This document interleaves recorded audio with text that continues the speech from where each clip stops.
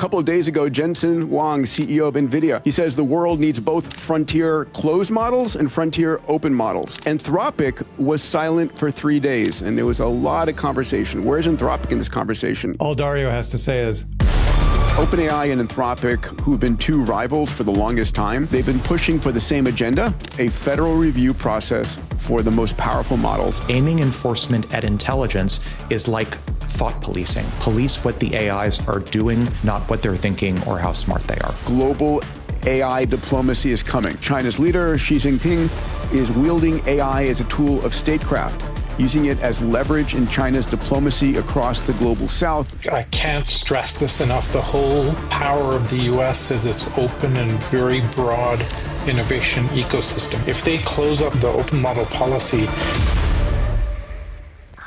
Now that's a moonshot, ladies and gentlemen. Welcome to Moonshots, everyone, the #1 podcast on all things AI and exponential. Your front row seat to the coming singularity, actually to the singularity which is now. To the present. Why do you keep saying that, Peter? I know, it's right here, right now, maybe in our rearview mirror. Well, no, we're on the curve. We are on the curve, and we are climbing at a hyper-exponential. I'm here with a fantastic four, my magnificent moonshot mates, AWG, DB2, and Salim. I'm Peter Diamandis, your host. And I'm telling you, this week is proof that we're in the midst of a supersonic tsunami, so buckle in.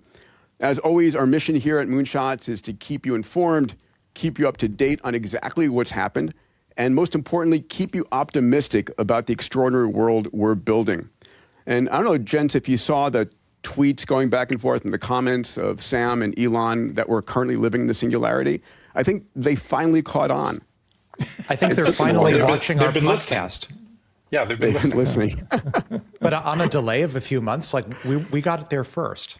Yeah, for sure, for sure. I did hear one thing today that was interesting.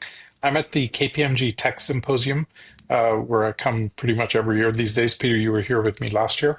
They had the chief security officer of Anthropic speaking. And he said, we're going to hit AGI in 2 to 3 years. And he gave a reasonably thing definition. So I wanted to go up and say, hey, challenge you on that one, but I didn't get Did you write it down? Did you bring it? I did write down what he said. Actually, you should just say we hit AGI a few years ago. You know, let's put Alex up against him.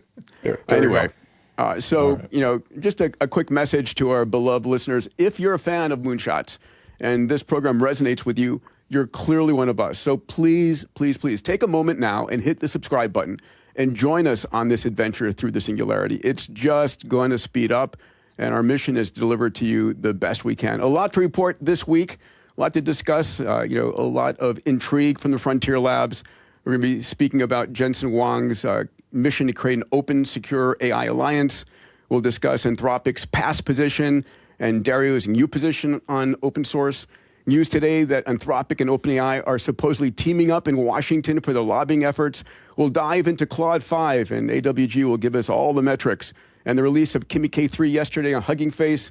And then the successful launch of Starship 13. And we'll close with Elon's comments on a post-capitalist world. Gotta love Elon. He does not disappoint at all. So, a lot to unpack. Let's buckle in. You guys ready for this?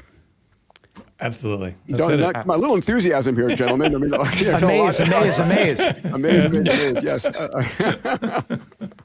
All right. So let's kick off this episode with a fight that's framed the entire week, which is open source versus closed source. A couple of days ago, Jensen Huang, CEO of NVIDIA, posted his first ever tweet. I mean, he's been on X for the longest time, has never tweeted.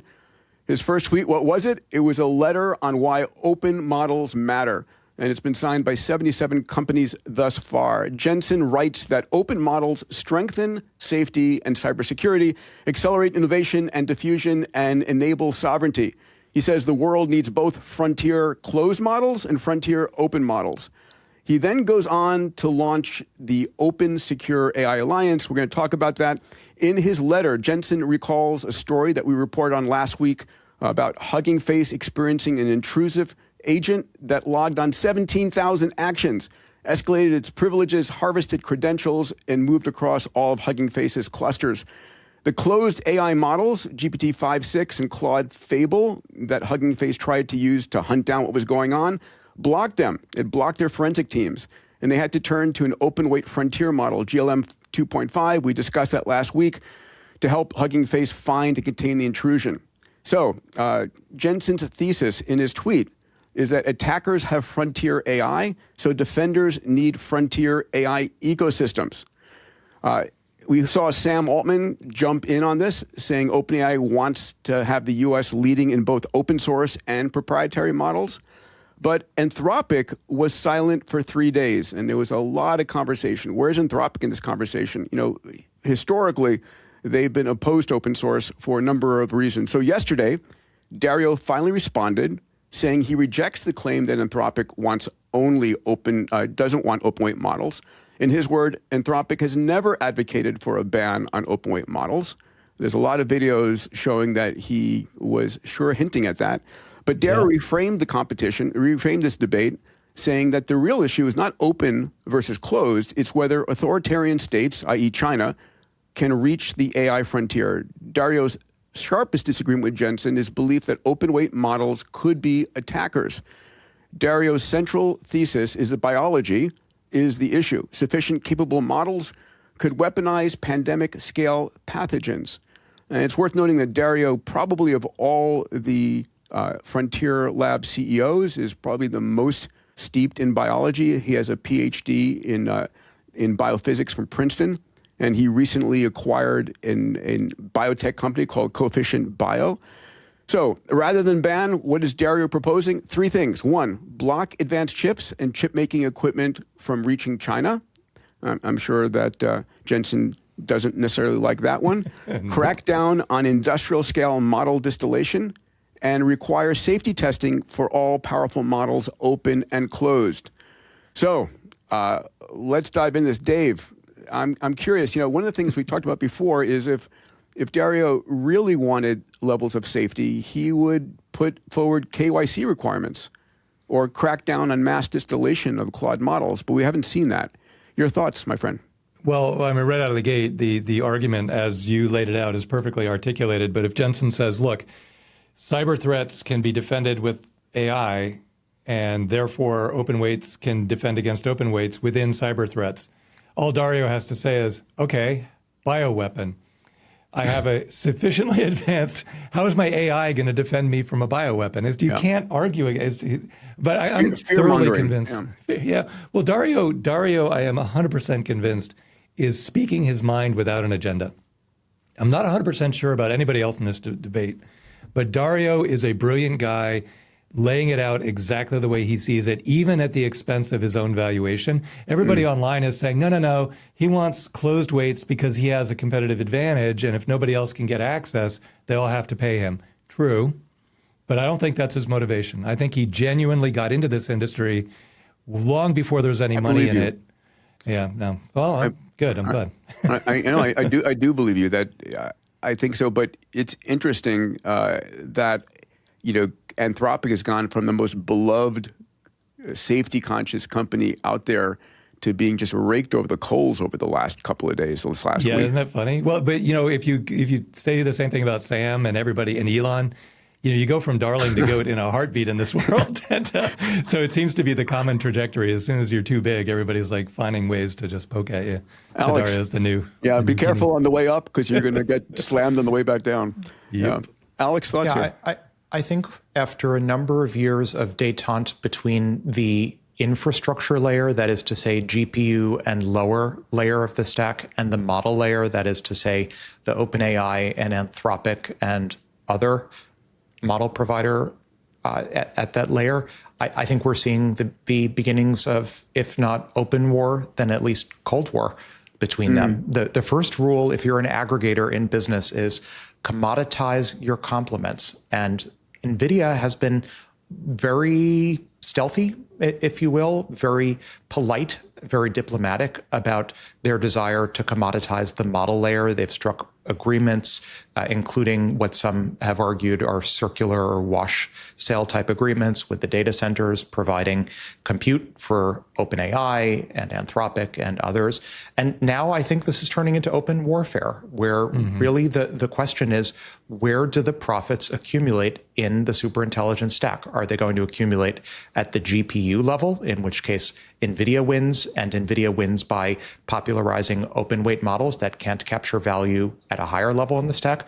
Or does it live at the model layer, in which case we see proliferation of duopoly or oligopoly high profit margin model providers, Anthropic reportedly high profit? Or does it live elsewhere? And I think due to the competition and quite frankly, due to the outstanding success at the frontier of what until recently looked like an OpenAI Anthropic duopoly, I think we're seeing the GPU NVIDIA layer fire back. What I don't quite understand is why NVIDIA isn't working more aggressively to commoditize or commodify the layer of the stack beneath them. Why isn't NVIDIA aggressively financing, say, TSMC Samsung competitors? Why is it Elon doing it and not NVIDIA? That one's a head scratcher for me. They really should be as aggressively pushing like a secure open fabrication initiative, just like for one layer beneath versus one layer above. So love to brainstorm on that for a whole episode. I know the answer is that if he is doing it, he has to be doing it very, very secretly, because you cannot irritate TSMC for even a minute. They are so in control of the world right now. But if you're going to do, Elon is the one guy who's overtly said, I'm going to build the terafab, I'm going to build something, but he's fearless. But any rational person has to be afraid of irritating TSMC. So if he's doing it, he's got to do it so secretly and so stealthily. I don't think he's actually doing it because it's hard to contain that. But that is a really great question, Alex. I would love to riff on that sometime for like an hour. What do you think of the Open Secure AI Alliance that Jensen proposed? It reminds me, if you think back, so we're in 2026. It reminds me, do you remember in 1998 when Eric Raymond and Bruce Perens founded the Open Source Initiative, OSI? It reminds me just of that. Like, I think if I look at the historic arc of commercial versus open source AI models, I think we're at a point in this arc that's roughly analogous to where Microsoft was in the late 90s, where they just totally dominated the future light cone of software. And it was open source in sort of a case of history rhyming, open source that came from outside the US, like Linux came from Finland.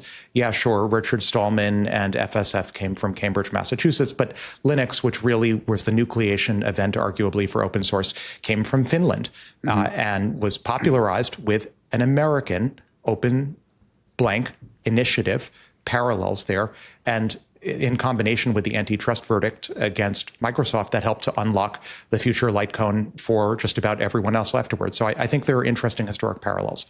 Salim, last week you said something got a lot of love in the comments, was that intelligence wants to be free. I mean, the whole open source movement is sort of the abundance thesis writ large, right? Your thoughts? Yeah, completely. I like this Open Secure AI Alliance, whatever the name is, because the Jensen is reframing open weights from a security vulnerability to being a security capability, because this whole alliance is very EXO. If you put together a community of people, they will be able to defend in a very powerful way, because if the attackers have access to open models and have powerful AI, the defenders can't have only access to a closed model that they don't understand the outputs. They have to be able to inspect it, etc. So this is a great approach for some of that. And to Alex's point, this is exactly the same transition as the open source software transition. And everybody wins in open source except for the closed people.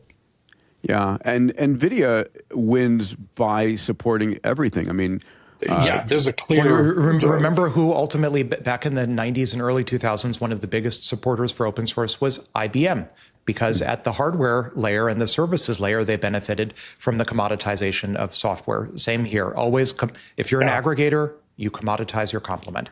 I've referenced this before, but it's worth bearing again. In 1995, IBM polled all the CIOs of the Fortune 500, and someone said, how many of you use open source in your tech stack? 95% said, no, we don't use open source. We're closed shop. Then they went to the sysadmins and asked, how many of you use open source? And 95% said yes. And so IBM made a major bet on open source, which turned out to be a massive success. It also showed you that the CIOs had no idea what was going on in their enterprises. Yeah. Well, that's all business strategy, and I think Jensen's talking business strategy in this alliance. But we already knew Alex Karp is working with Jensen to build a monster enterprise open source model that is, on a frontier level, so that enterprises can control their own AI and then use the Palantir application layer to manage it and use Jensen's chips to run it. So that's great business strategy. It doesn't answer the question of bioweapons. It's like, this is how our business wins. I get it. There is one answer. There's a precedent to the bioweapons thing. We had the head of innovation of one of the three-letter agencies at Singularity once, and we asked them directly, how do you think about the threat with open source and if somebody could engineer a virus? He actually had a really amazing answer. He said, when you have something like nuclear weapons and you know how many there are, where they are, you put eyes on it, right? When there's a distributed capability, what they've been doing is actively funding the ecosystems and opening them up and making them more open, because it's much easier to spot bad actors. And that was a very smart way of going about it. I had much more respect for them than I thought I would coming out of it, because something dodgy is going to come out and be visible much more early than if you're trying to close it up. I also don't buy the biosafety argument. I mean, I know that's a favorite hobby horse of some frontier labs to emphasize biosafety. I don't buy biosafety as an argument for several reasons. Yeah. One, you can just go out on the internet and find things. Two, you can just go, without being specific, you can just go do things in the world that are dangerous already. Three, I'm not even sure you need frontier AI to discover new ways to do dangerous things in various disciplines. Great point. And four, there are already models out there that are quite capable with their biological knowledge. So I think, like biosafety, again, history rhyming. Do you remember how Microsoft in the late 90s made all of these fear, uncertainty, and doubt arguments for how anyone who was touching open source, oh, you'll get viruses, oh, you'll be subject to IP lawsuits. They came up with 10 different arguments for why open source was too dangerous to use in the enterprise, and they all ended up being wrong. In fact, perversely, ironically, open source ended up being safer than closed source. Yeah. Yes. Interesting. And here, in doesn't... this situation, NVIDIA is really well positioned because they win whether it's open source or closed source or both, because they're the infrastructure layer. That's the whole point, right? They're commoditizing their complement, and they need a proliferation of open source competitors. Yeah, the argument, though, with open source, you're basically saying, look, if everybody's looking at the source code, if there's anything evil in there, somebody will see it. Everyone should be looking at the source code. Here you're saying, okay, with open weight models, everyone should be looking at the weights and see if there's anything evil in there. The weights are not used. They're used to build other things. You don't run the weights, and you use the weights to create a bioweapon. You use the weights to create a regular conventional bomb that goes off when a specific person is walking by. So the weights are not a self-contained piece of open source. They're a tool to build other things. So that analogy doesn't hold. Can you add some positive things in what the weights will do? Like, write a sonnet or get your job. Well, cure all disease and give us infinite longevity. Yeah, this is the greatest thing that's ever happened to mankind. But you can't just throw it out there to every terrorist in the world and say, here, you can have it too. Listen, I'm just reminding everybody, our amygdala is on overdrive right now. Our brain is wired to give 10 times more attention to negative news than positive news. And that's what we've seen. We saw both Sam and Dario talk about job loss and talk about the dangers and all of this. And, part of it is the regulatory capture that we'll talk about in a minute. And part of it is getting attention and coming in as the savior. And they both flipped their scripts on this. So I think there's an opportunity to contain it at the weights level and open source, but there's also a better opportunity to monitor the actual data centers and just have a clear reporting, global transparency on what's running where. But what about a KYC solution? What about knowing who's using the model? Can't do it. Why not, Salim? You can't do it. It's too easy to bypass. Look, Chinese companies have shadow companies in Singapore doing things that they want. It's very difficult to try and police all this. Alex, do you think it could be?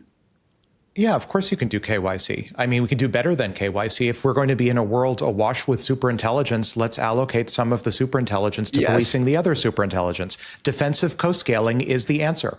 Yeah. Yep. I agree. Totally right. But it requires transparency. Like as soon as you throw it out there as open weights, the defensive co-scaling will work really well if the police AI can see the danger AI. Sure. So you need that transparency layer. So as soon as you throw it out there as open source, that's fine. But now you have to crack down on the install and the compute. Where is it running? And so the new danger is it could be running in a basement somewhere and no one would know.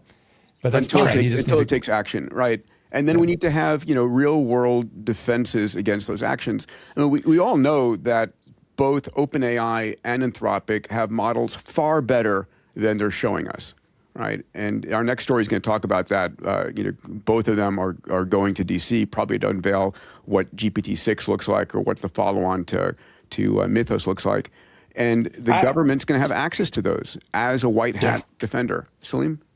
I just want to make one more comment on Dario here. I do agree with you. I agree with Dave that his intent is probably clear, but there's right now the safety argument and the economic self-interest are very overlapped and hard to separate. They're facing, both Anthropic and OpenAI are facing a very aggressive innovator's dilemma response. Cheaper alternatives are coming very close to your capability, and that's a very unpleasant place to be if you're an industry leader. Yeah, I looked it up on the secondaries. Anthropic dropped 13% after K3 was announced, about $230 billion. It's nice to lose $230 billion on someone's tweet. I would have done much more, yeah. Yeah. So let's go to our next story, which is related. OpenAI and Anthropic, who have been two rivals for the longest time, have teamed up in Washington on lobbying. According to the information, they've been working on the same back channels ahead of a Trump administration August 1st deadline. And Alex, I'll ask you to explain in a moment what that deadline is, to finalize rules on frontier models. They've been pushing for the same agenda, a federal review process for the most powerful models, a voluntary 30-day government look into the release of anything with serious cyber or national security capabilities, and a framework that would force their competitors, Meta and XAI and all the frontier startups, to play by those same rules. So the question we're chewing on today is whether AI needs guardrails, and who gets to set them up, and who gets locked out. This is a potential regulatory moat as a defense layer for Anthropic and OpenAI. Alex, you want to take this one? Yeah.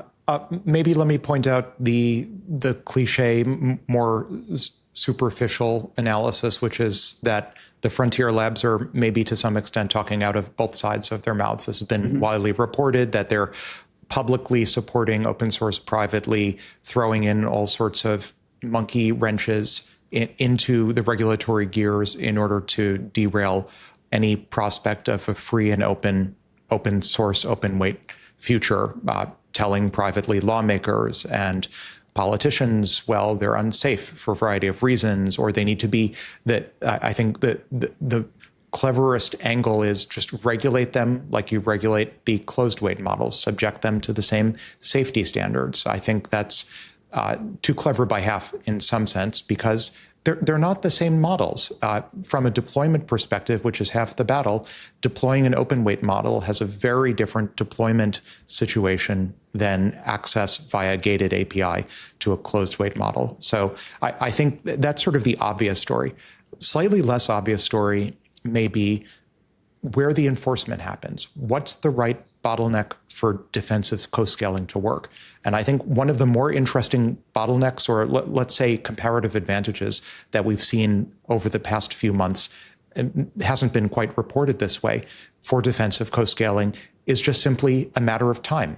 If the good guys, however you want to construe that, have access to the strongest models just a little bit ahead of everyone else, inclusive of the bad guys, in an era of recursive self-improvement, what historically might have looked like only marginal advantages turn into enormous advantages. If the next generation model suddenly generates step function leaps in terms of their capabilities, then even just a period of a couple of months or 1 month could make all the difference in the world. So this is the recursive self-improvement argument as well. it's the regulation of RSI argument. Yeah. The second point also, I continue to think enforcement is being leveled at the wrong part of the stack. Fundamentally, aiming enforcement at intelligence is like thought policing, but for the AIs, not for the humans. I'd much, much rather see enforcement leveled at the action layer. Police what the AIs are doing or being used to do, not what they're thinking or how smart they are. You know, I've been thinking a bunch about the conversations going on. If we have incredibly powerful open-weight models, how do the top frontier labs make money? How do they survive against, this onslaught of free? And the way I think about it, and I'd love your feedback, guys, is like a 4-layer cake. So layer 1 is the top layers, call it the wild stallions inside of OpenAI and Anthropic, right? Unreleased, brilliant AIs. You can think of it as GPT-6. You don't let it out. You keep it to yourself. You use it for breakthroughs in material sciences, biology, building new businesses. This is what you and I have discussed, AWG and Solve Everything. These models are going to create you trillions of dollars in other, adjacent spaces, longevity, material sciences, energy, et cetera. So that's the first layer. The most advanced models you use for yourself. The second layer is the models on the Pareto frontier, right? This is GPT 5.6 Sol, this is Fable 5. People will still pay for that a little bit better than Kimi K3, right? So you'll make money, providing the just next best model to people just above the open-weight models. Layer 3 here is the open source models, and everyone gets to use them. They're good enough. They are fully commoditized. They're powering everything else. And then layer 4, and we've talked about this before, is the fact that we have companies like Google, Meta, and X who have entire ecosystems, right? And they make their money on the application layer. So Meta has 3.5 billion active users using Muse Spark 1.1. When I'm inside WhatsApp or whatever, I'm not thinking what model am I using. WhatsApp answers my questions. Google has 2 billion active users using Gemini, and this is before they get on Apple. And then OpenAI has about 1 billion on chat. So the fourth layer is they make their money when they provide their models to their communities. Yes? No?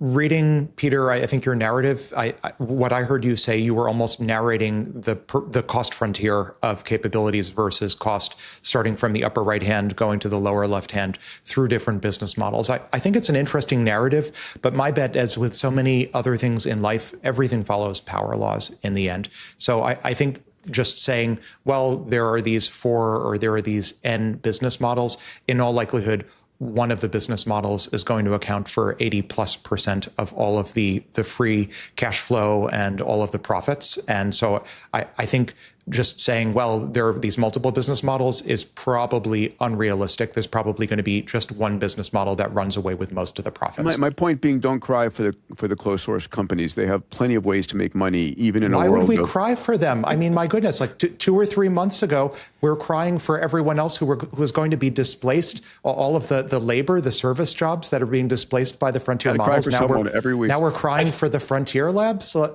cry for everyone. Salim. I think there's a layer 0 in your stack, Peter, which is the compute and power, and I think the infrastructure layer. The infrastructure layer, right? That's not. I guess the frontier labs, as in with SpaceX AI, will own that as well. And Google will own theirs. I think over time, as you get more and more powerful free models, the value will accrue there, because it depends where the bottleneck is, and it's clear that's where the bottleneck is. For me, when I look at this, what's happening with Anthropic and OpenAI, this is regulatory capture in real time. Sure. Every major industry has tried to do this. The railroads did it, the banks did it, the telco did it, big tech did it, and now they're trying to do it to kind of set up the guardrails to then decide, A, to keep the government at bay, but also to keep other folks at bay. And so it's right there. And that has economic consequences. I don't think they'll succeed because the open weight models are moving so quickly, but it's a worth try if you were them. I don't know if you saw Dave Freeberg's comments on this. He had a beautiful soliloquy in which he said, in the 90s, Netscape tried to own the server and the browser, the whole stack. And then Mozilla came out with Firefox, and browsers went in for free. And then all of the value shifted to the application layer, Google, Amazon, and so forth. And I think potentially that's the same thing here. And if that's the case, then the fear about OpenAI and Anthropic running away with the show gets ameliorated. Well, I think that's exactly right. I think actually it's going to go up and down per Alex's prior comment, where right now, you got $5-10 trillion locked up in the labs with their models and the chip companies that don't actually make the chips. So NVIDIA and AMD, et cetera. But underneath the chip companies that don't actually make chips, you have the fabs who are largely overlooked, TSMC, Intel, Samsung. And they've been skyrocketing. The new terafab. Skyrocketing. That's and the where the memory value companies, is. memory and the too. memory companies, yeah. So it's going down, and as you said, Peter, it's also going up to the use cases. So I'm almost positive that if you look 5 years in the future, there'll be many, many multi-hundred-billion-dollar robotics companies, biotech companies, other entertainment companies that don't exist today that have used AI to have a hugely impactful either user base if it's entertainment, drug portfolio if it's biotech, or robotics line, all the manufacturing, all that stuff is incredibly sustainable. What did I just overlook? Oh, the foundation model companies and the chipless chip companies. That's why there's so much turbulence right now. The stocks are going up and down like yo-yos because no one's sure if they're actually going to have sustainable value in the end as everything moves to the kind of the upper and lower layers. But the entire ecosystem moves up and to the right? And this is where Elon comes in when saying, our GDP is going to double-digit growth and then triple-digit growth. Let's go back to the original story, OpenAI and Anthropic teaming up in Washington, D.C. This is a regulatory capture story. Any thoughts on that? I think the open source, again, I've mentioned this now on 2 prior occasions, the Chinese Communist Party coming to rescue American capitalism from itself. I'm not a fan of regulatory capture or the duopoly scenario that we would have found ourselves in. I hope that the regulators, the applicable regulators, are able to see now the vocal majority are interested in keeping the model layer competitive and are not interested in FUD, reminiscent of the late 90s, directed at open weight models, even if the strongest ones do happen to originate from China. I think that's the only way we all win. What's FUD, Alex? Fear, uncertainty, and doubt. FUD. Okay, thank you. I honestly, though, I really think it's not a regulatory capture move. I think both guys are genuinely trying to create a safe and secure future world.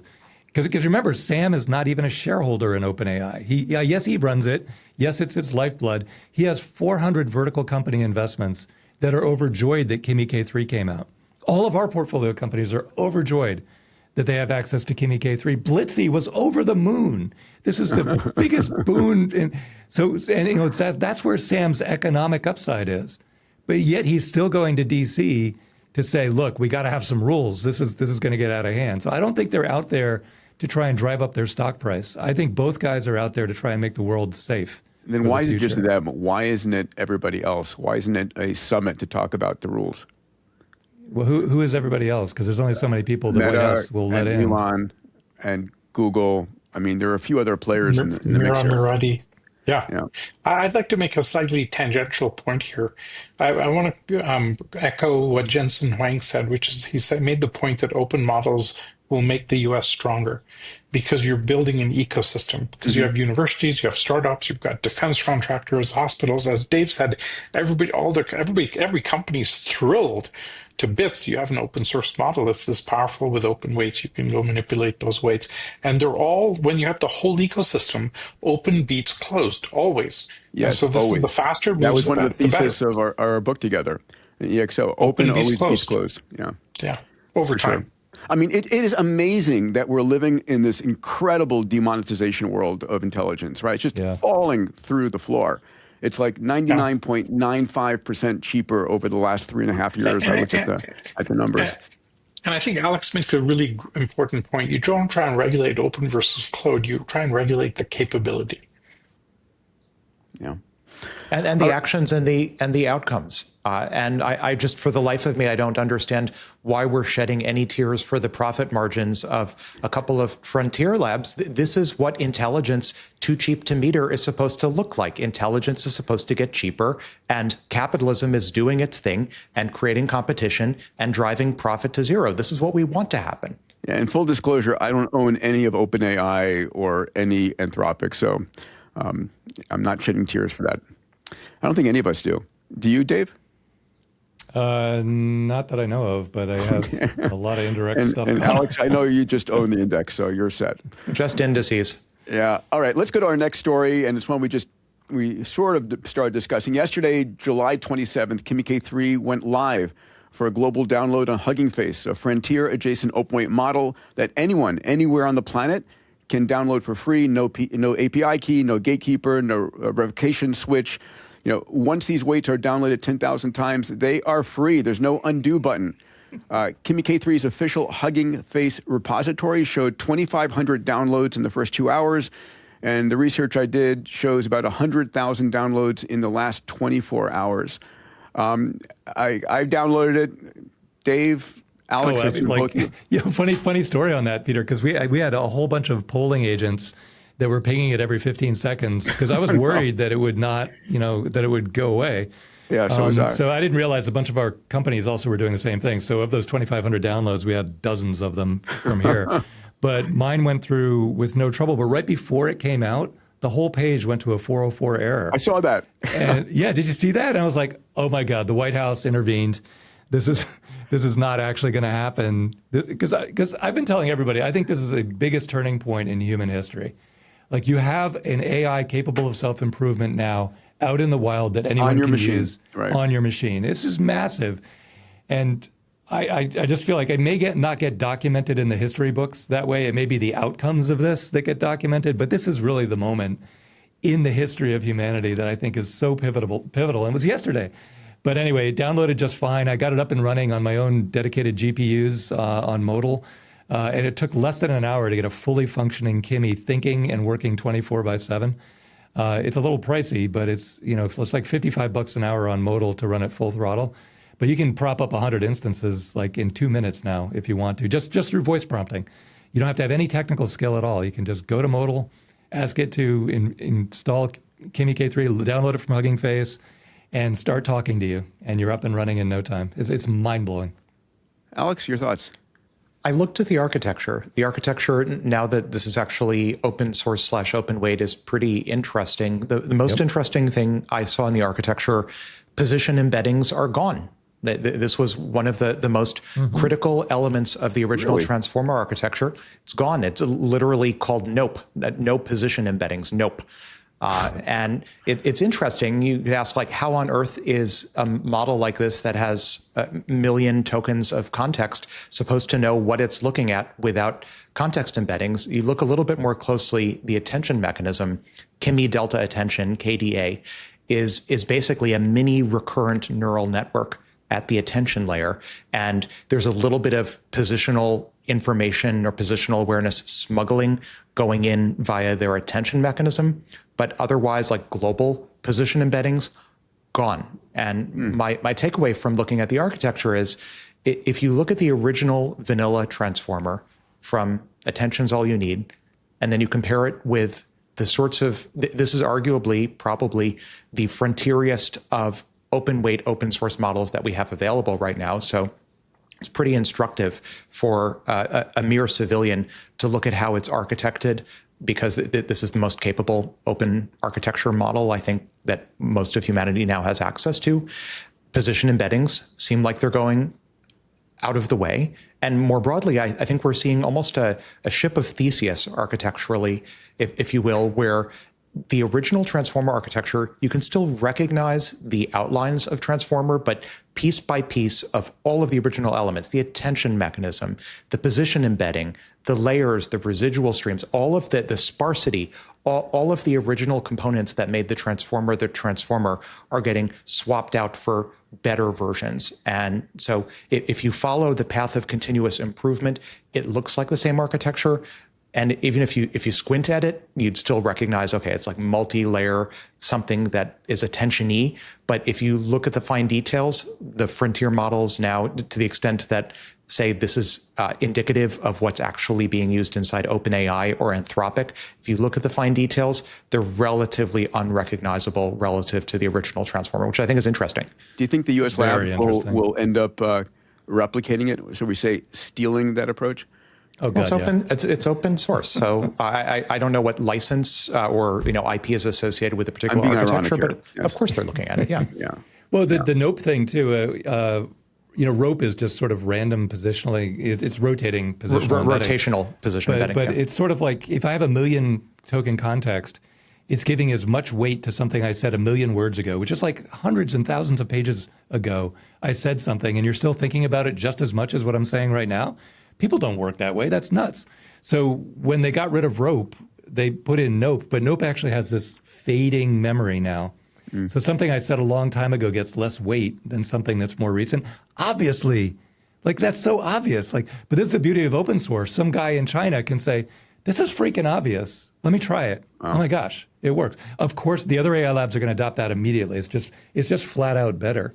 The other thing that's really blowing my mind is the attention layers, you don't need them later in the thought process. So when you get to layer 100, 120, you can actually eliminate intention entirely and get almost the exact same result out the other end. But faster. But faster. But what happened there historically is the people who invented the original transformer algorithm just put a for next loop around it.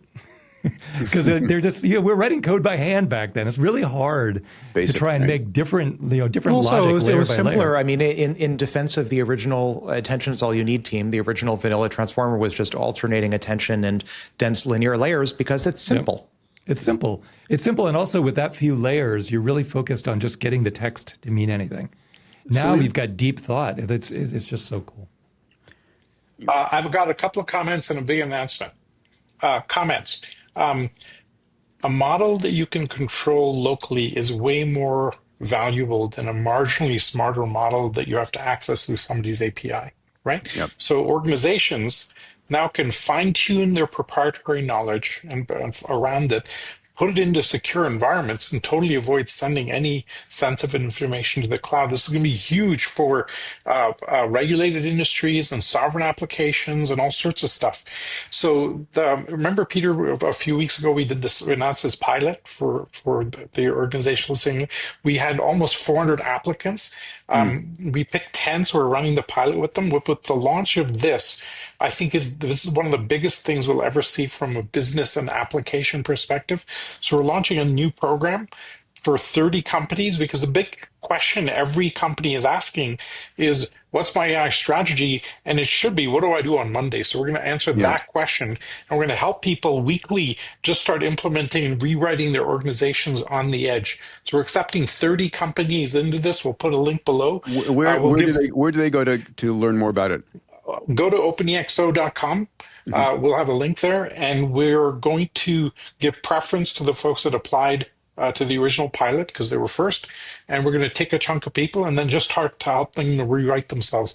Because we did another round of calculations, and the original premise we had is if you rewrite your company in an AI native way, you should end up with about 100x performance than you had before. 100x. And that's just huge. This is going to be a gold mine for you, Salim, because nobody up until Kimi really cared about speed in any corporate environment. They were like, oh, this stuff is super cheap.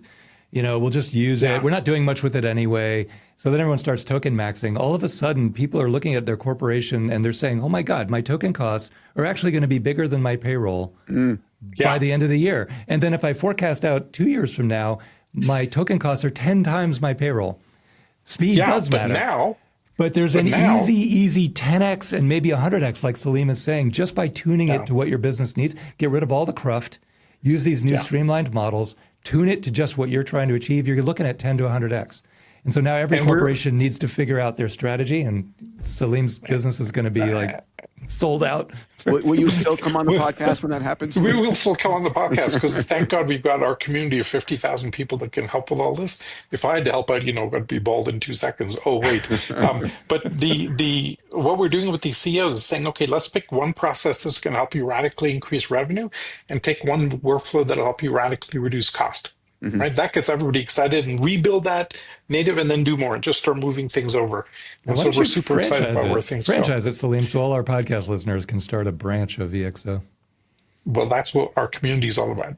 Oh, is it? Okay. Good. Yeah, everybody in our community is an independent contractor. We have no consultants on staff. This episode is brought to you by Blitzy, autonomous software development with infinite code context.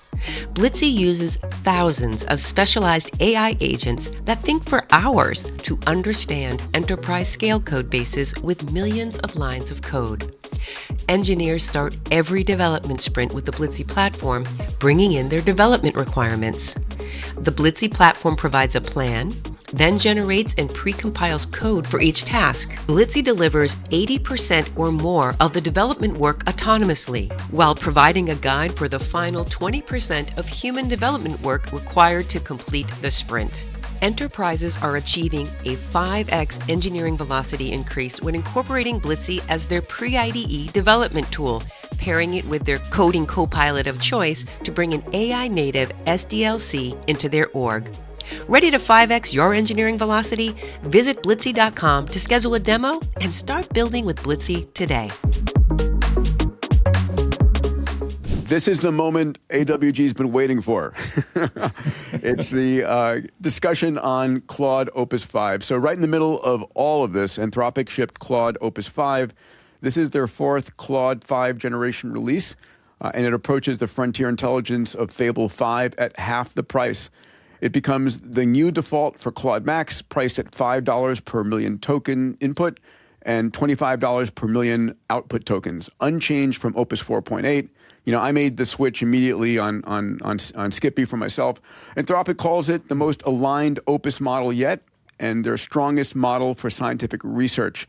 I'm going to go to the slides now, Alex, and walk us through what this means. How strong is Opus 5 and how excited are you about it? I'm somewhat excited. I'm not over the moon. I'm not as over the moon as I was about Fable 5 becoming available. Fable 5 is incredible. Opus 5, I think it demonstrates, if you look at the benchmarks, so look at the benchmarks, for those who aren't looking, I would say the benchmarks, the evals that demonstrate the strongest performance, and I don't think this is a coincidence, for example, ArcAGI3, which is focused on the ability to solve interactive visual problems that humans find easy, but AIs have historically found hard.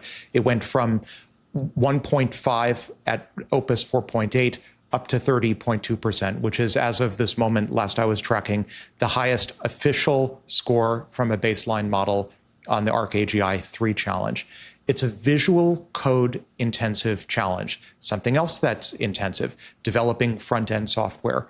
My overall whiff from using Opus 5 quite a bit is there was maybe mild optimization toward front-end development and anything that touches the nexus of vision and code. Historically, including with Fable 5, if you ask it to generate an image of something, you ask it to generate a chart, it does moderately well. I think with Opus 5, just trying to read between the lines of capability changes that I see, I think Anthropic is attempting to, given that the Opus series and Claude in general doesn't do image generation, they're trying to lean in a bit to some of the gaps at the intersection between code gen and vision.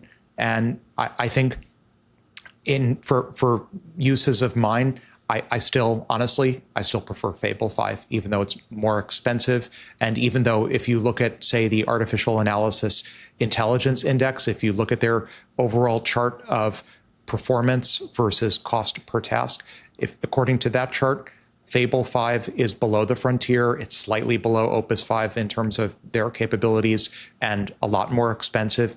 Despite all of that, for day-to-day usage, when I use Claude, I still prefer Fable 5. But I'm very glad for one thing about Opus 5, which is it doesn't shut you down as frequently if you ask anything that it misconstrues as being a question about biology or a question about cyber attacks. So, Alex, I have the exact same experience, 100% the exact same experience. But then I look at these benchmarks. There's a whole bunch on these charts. Yeah. And they seem to tell a different story. Yes. How is that? How do you reconcile that? I'm a little bit scared of that there may have been some mild benchmarking here. That's what I was politely gesturing at. These seem to be benchmarks that are involving code gen and or imagery or vision and living at the intersection between them. Some of them, like if you look at humanities last exam, granted it's saturating anyway, but the performance improvements are a little bit milder. So for HLE, you see from Fable 5 with tools, 63.9%, a modest increase to 64.7% with tools with Opus 5, and actually a decrease without tools, which is also maybe a sign that there's been a bit of, again, not benchmarking because it's still, I've used it extensively. It's still very well-rounded. I don't want to accuse it of broad benchmarking, but it just, like if you look at the drop relative to Fable 5 for legal or health or some other areas, obviously there was some sort of distillation. This is the type of distillation that is under the present regime welcome and not disdained. So taking larger model and using it to teach a smaller model, a more cost-effective model. There was probably a lot of Fable 5 or Fable series or Mythos series distillation down to achieve Opus 5. But the overall sort of distribution of tasks, definitely from interacting with it for a while, feels biased towards code gen and visual stuff and away from general capabilities outside that. So here's our next chart, agentic coding by effort level. You want to walk us through this? Yeah, so we're looking at everyone, at least in the industry's favorite form of scatter plot. So cost on the horizontal axis, performance on the vertical axis. And what this appears to show is that Opus 5 is both stronger in terms of absolute score and cheaper, that's the horizontal axis, than Fable 5 and Opus 4.8. And interestingly, it appears to be on the same cost performance frontier approximately as Sol. So I think the subtext that we're supposed to get from seeing this chart from Anthropic is that this should be read as a direct competitor for Sol, which is interesting and slightly, I think, unnerving, given that, again, Fable 5 anecdotally seems to give better performance. All right, let's go out to our third chart here, novel problem solving by cost. And I love this concept. So this is just wild. Yeah, please. Yeah, so ArcAGI 3, again, is a challenge that is primarily focused on the ability to solve sort of animated voxel problems. Tetris, for example, if a person had never seen a game like Tetris before with a bunch of blocks moving around and you were trying to do well at Tetris, it's a rough analogy, but that's approximately what ArcAGI 3 is, like animated block world challenges. So what's really striking, and Dave, you and I have talked about various attempts by pure scaffolding layer parties to just completely saturate ArcAGI 3. According to the official rules, I think there are limitations on how much scaffolding you're allowed to get, and so this is just the raw model being injected in. But what's interesting, and what was, I think, especially striking in the Opus 5 performance, this is as relayed by the XPRIZE Foundation organizers, is that it was reasoning algebraically about the visual challenges. So it was handed a visual puzzle involving blocks, and it started to reason. If you look at some of the founders of ArcAGI, of the XPRIZE, they will go on forever about how this is actually a prize that tests the ability to do what's called program synthesis, to write programs from scratch in response to novel problems.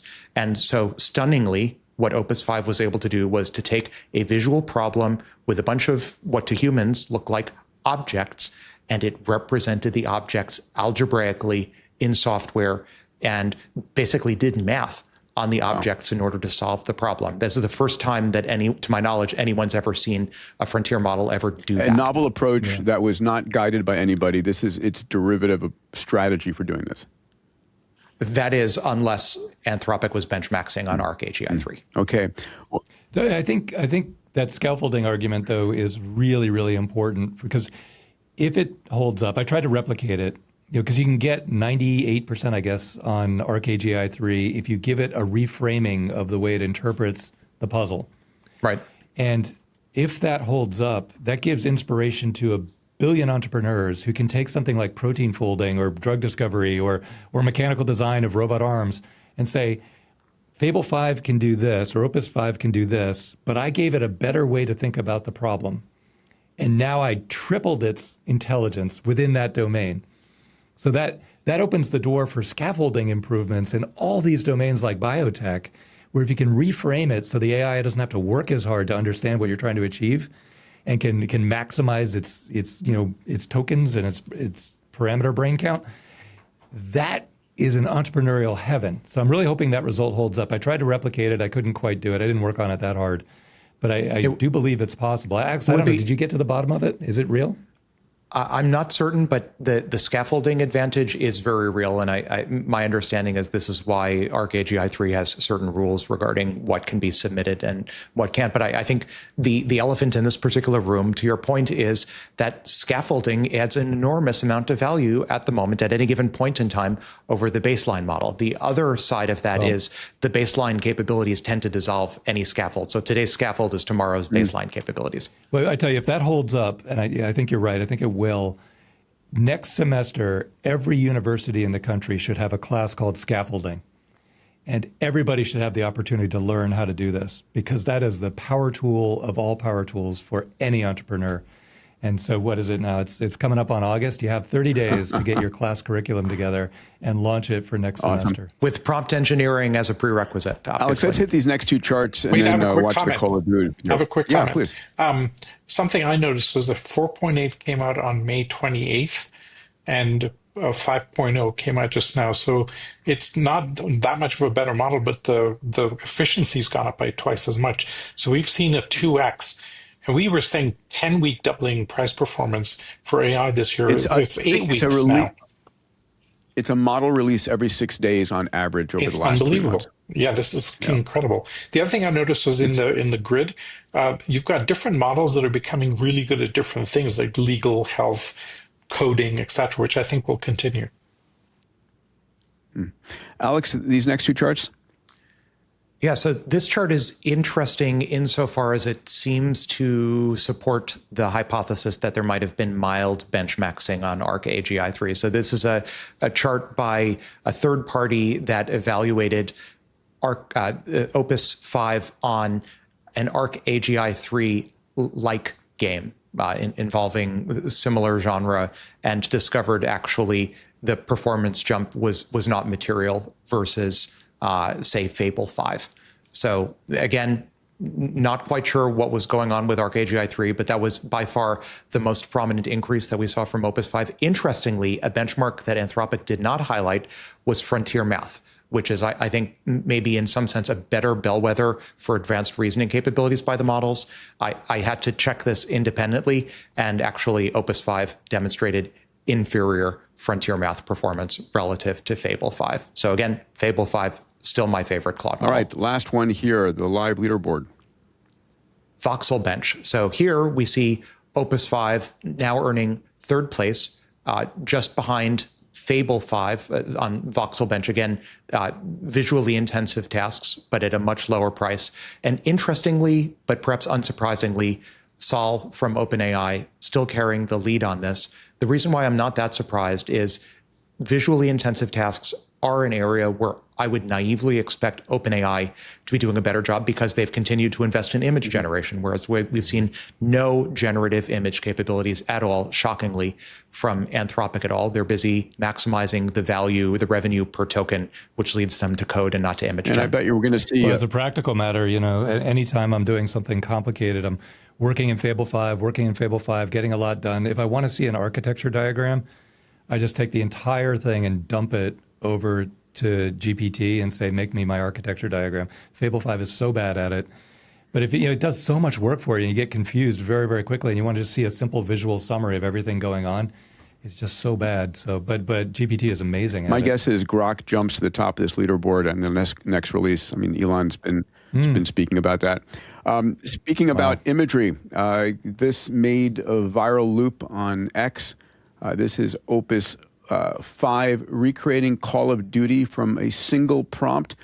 Call it a one-shot, if you would. Let me go ahead and hit play on this.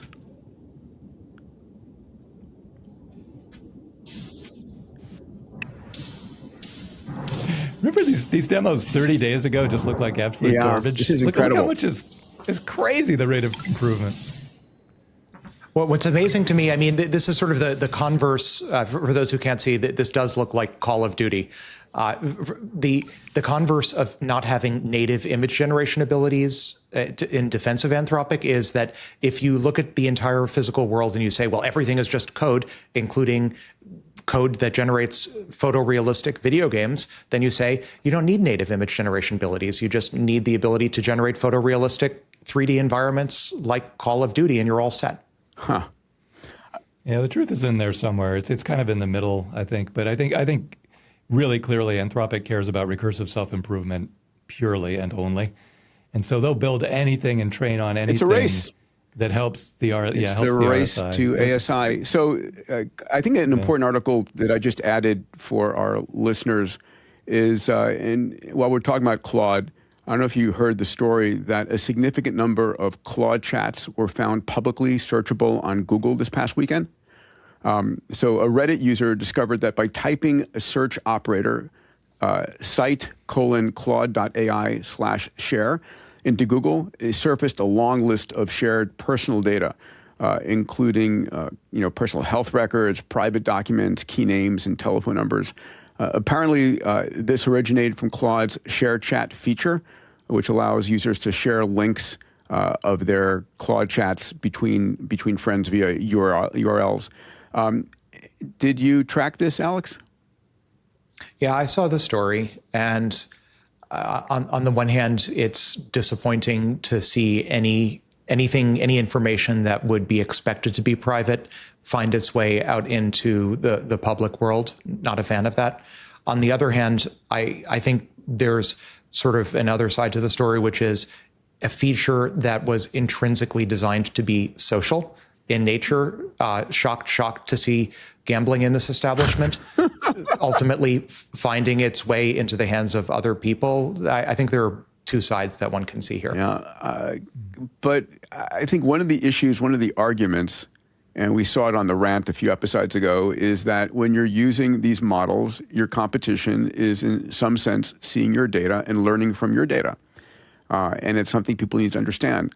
It's the argument for on-prem. Salim? No, I just double down on the same thing. You've got to do your own, you've got to own your own proprietary data. And I think over time, people will move everything to on-prem that's sensitive in any way. Dave, any comments on this before we move on? Nope. All right. I think it's just incredible the rate of change. Just go back and look at an episode from 2 or 3 weeks ago, and look at the rate at which one shot can create things, and the rate. Oh, I'll make one other comment. The holodeck. Our holodeck is up and running. I want to see it. You got to come check it out, man. It went from like okay to mind blowing in just a couple of weeks for the exact same reason. You can one shot a world while you're, and the audio and the visual is so good. The fact that you can one shot, I think what this will do is, I don't think it affects the commercial games that much, but it allows you to do experimentation in an amazing way because the cost of experimentation just went to zero. Yeah. Right? So you'll get so many more prototypes. Well, that's where Jarvis is coming so soon. Yeah. That entire, God, that Iron Man, the vision in that movie was so precious. Yes. But it's going to be exactly like that. And fun. Yeah, I spoke to John Favreau today, the producer of Iron Man 1 and 2, getting him to come to Moonshots Live. We've got amazing. Yeah. Elon had introduced us. So let's move on to our next story. This was a story, Alex, that you had wanted to raise here. So it's the idea, which is obvious, that global AI diplomacy is coming. So the Financial Times is reporting that China's leader, Xi Jinping, is wielding AI as a tool of statecraft, using it as leverage in China's diplomacy across the global south in a strategy that the Financial Times frames as Pax Silica. I love that. While Washington is debating open versus closed, Beijing is out in the world, country by country, exporting AI as an instrument of influence, offering models and infrastructure to developing world that wants to leapfrog what they currently have. AI is becoming an instrument of soft power. Whoever supplies the models and the infrastructure to the developing world shapes the next few decades, I would say the next century of global alignment. So, my concern is if the U.S. over-restricts, the developing world is simply going to adopt whatever frontier adjacent open models are there. Salim, your thoughts? I can't stress this enough. The whole power of the U.S. is its open and very broad innovation ecosystem. If you create a restrictive open model policy, it's going to be strategically like a self-own and shoot your own foot of an epic level, because you're going to protect a small number of domestic labs while giving the entire opening ecosystem, global South AI ecosystem, to China. If you want leadership in an exponential era, it has to come from the largest network where everybody's using your tools for stuff, not protecting its strongest incumbent. Openness is not it's not a philosophical preference anymore. It's the tool of soft power. And the U.S. has already lost that in diplomacy and USAID and other stuff. If they close up the open model policy, it's going to be really disastrous for the future. And I don't think they will. I mean, I think this is obvious. We're effectively splitting the world into We should be having AI the discussion, though. empires. Yeah. Alex. Well, there is no, as of right now, there is no U.S.-based option at all. You can take everything you just said and swap out the word model and put in fighter jet. Like, should we sell F-16s to XYZ country? It's a no-win question. Like, you have to pick and choose. But if we don't sell the F-16s, they'll buy Russian and Chinese fighters. And that'll support the creation of more of those fighters. Yeah, but you're also selling an F-16 to, it's exactly the same problem. There's no easy answer to it. But right now, there is no U.S. open source model to compete with the Chinese anyway, which is kind of sad, actually. Alex, your thoughts?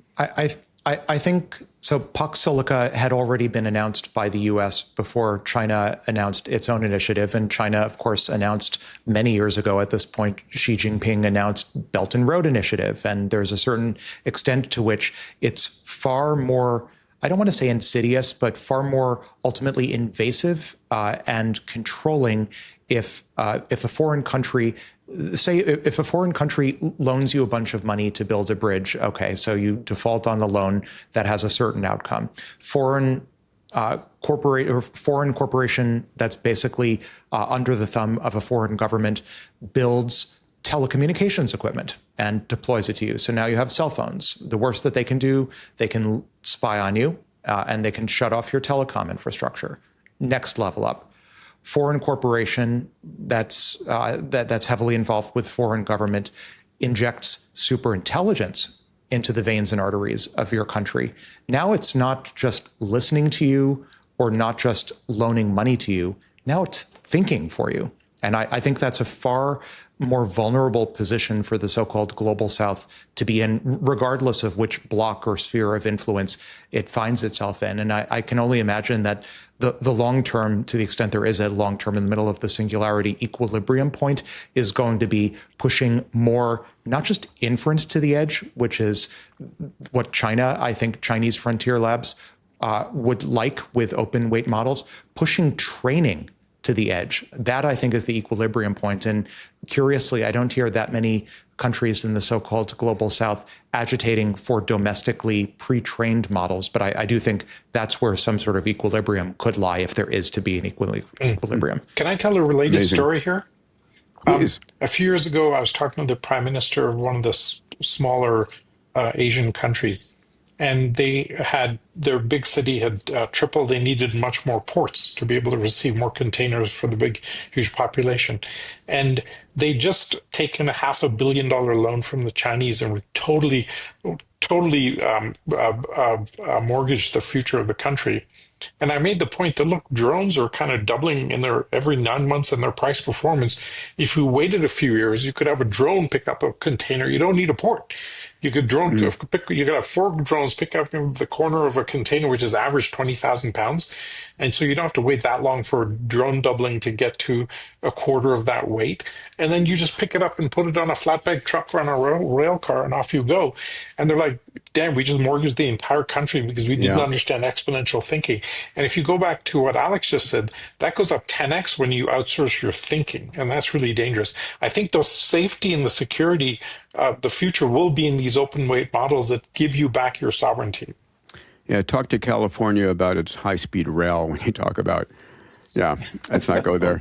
All right, so big news this week for my fellow space cadets, a successful launch of Starship 13. SpaceX has confirmed launch and splashdown, an incredible trip it made for Starship 13, their largest vehicle to date. It accomplished a number of key firsts. Let's run through them. First, it deployed 20 operational Starlink V3 satellites. They were connected to, they were tested in part, and these are the satellites that are going to deliver us a 0.5 gigabit to a gigabit connection speed every place on the planet. You're literally going to have a better connection from space than you have from, your home Wi-Fi.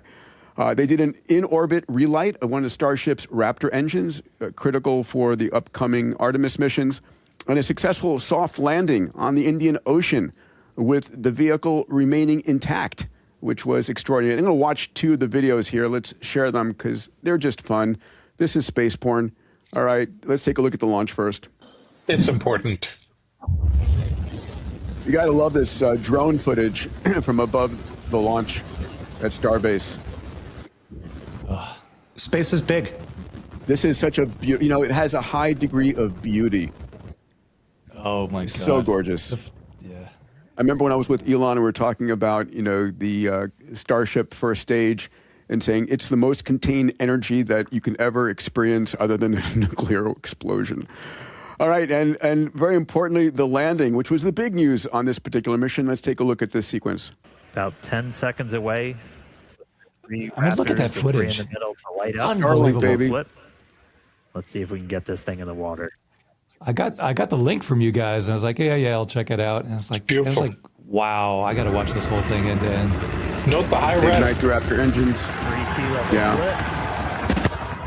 Look, can't you? The amount of stress you can feel it, from these, because you can see things Look at that flexing landing. and warping. Soft landing. Ocean, down to 1. And we're in Perfect. the water.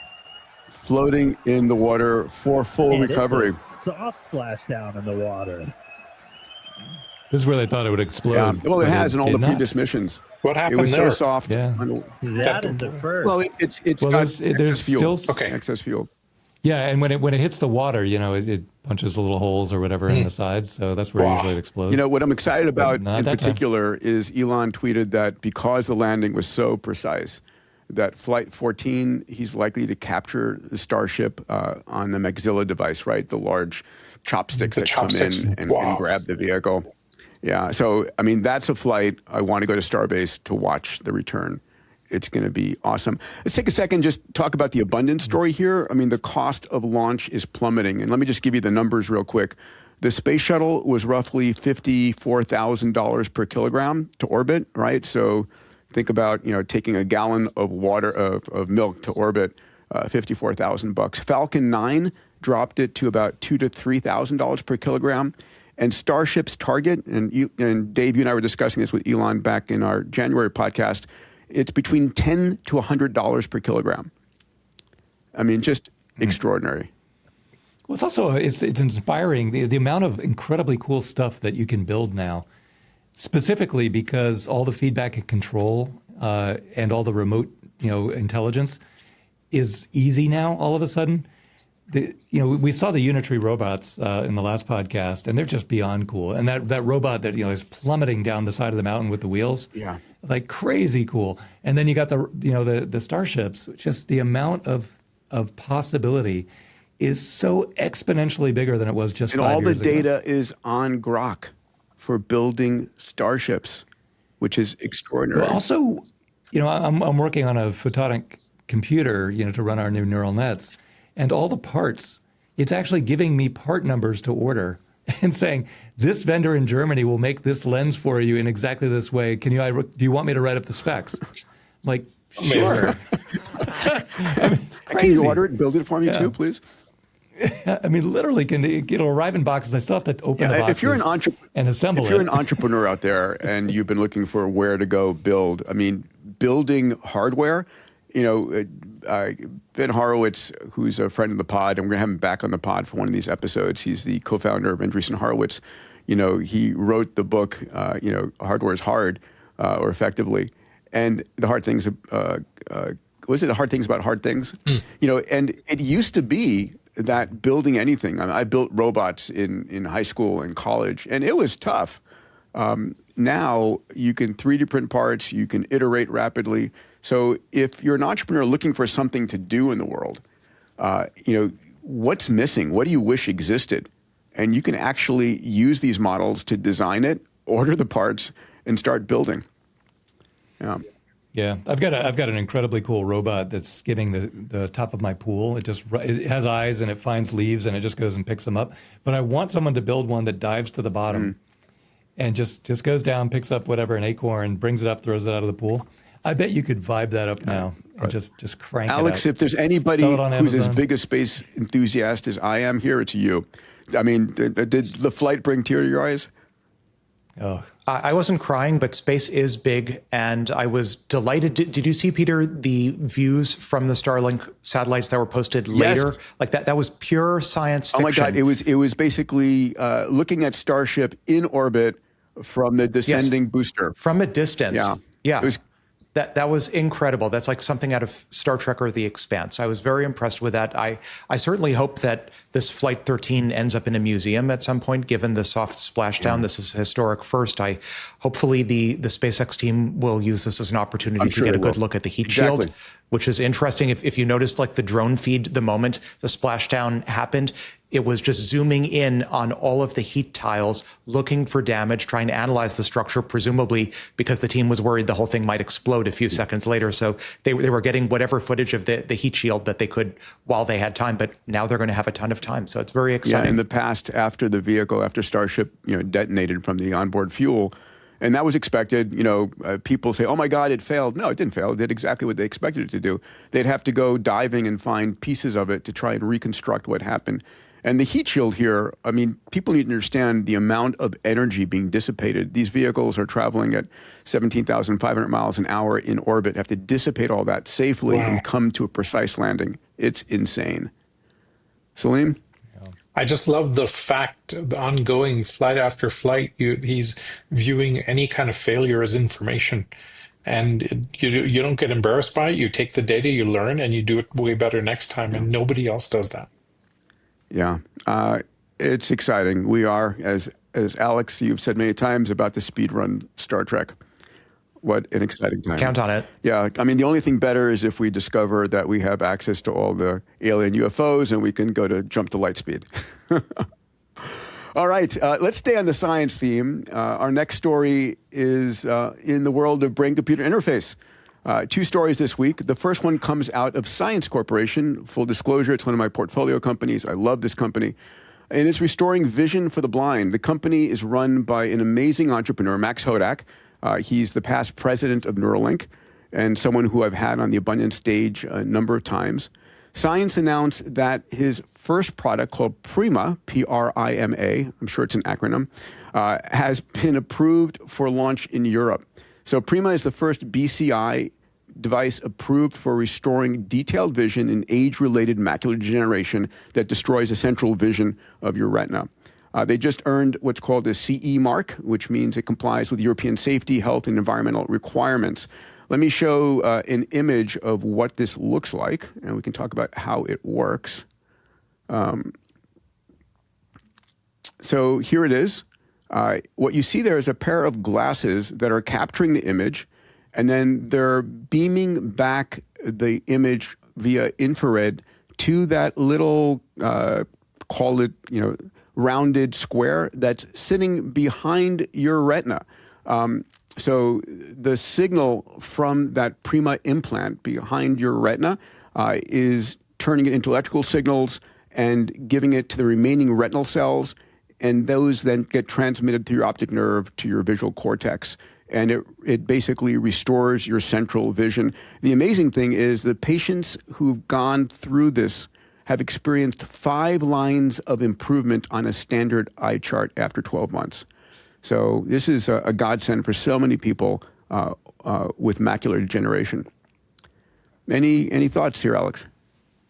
Yeah. So a few things. First of all, the overall setup is in the spirit of, as I've commented in the past, the singularity is essentially all sci-fi tropes happening everywhere all at once. This is reminiscent of an ocular implant from the Borg, quite literally. It has an external module that, for those who are watching, can see here. So an external camera that then captures the information, broadcasts in human invisible near IR to this chip that sits immediately behind the retina.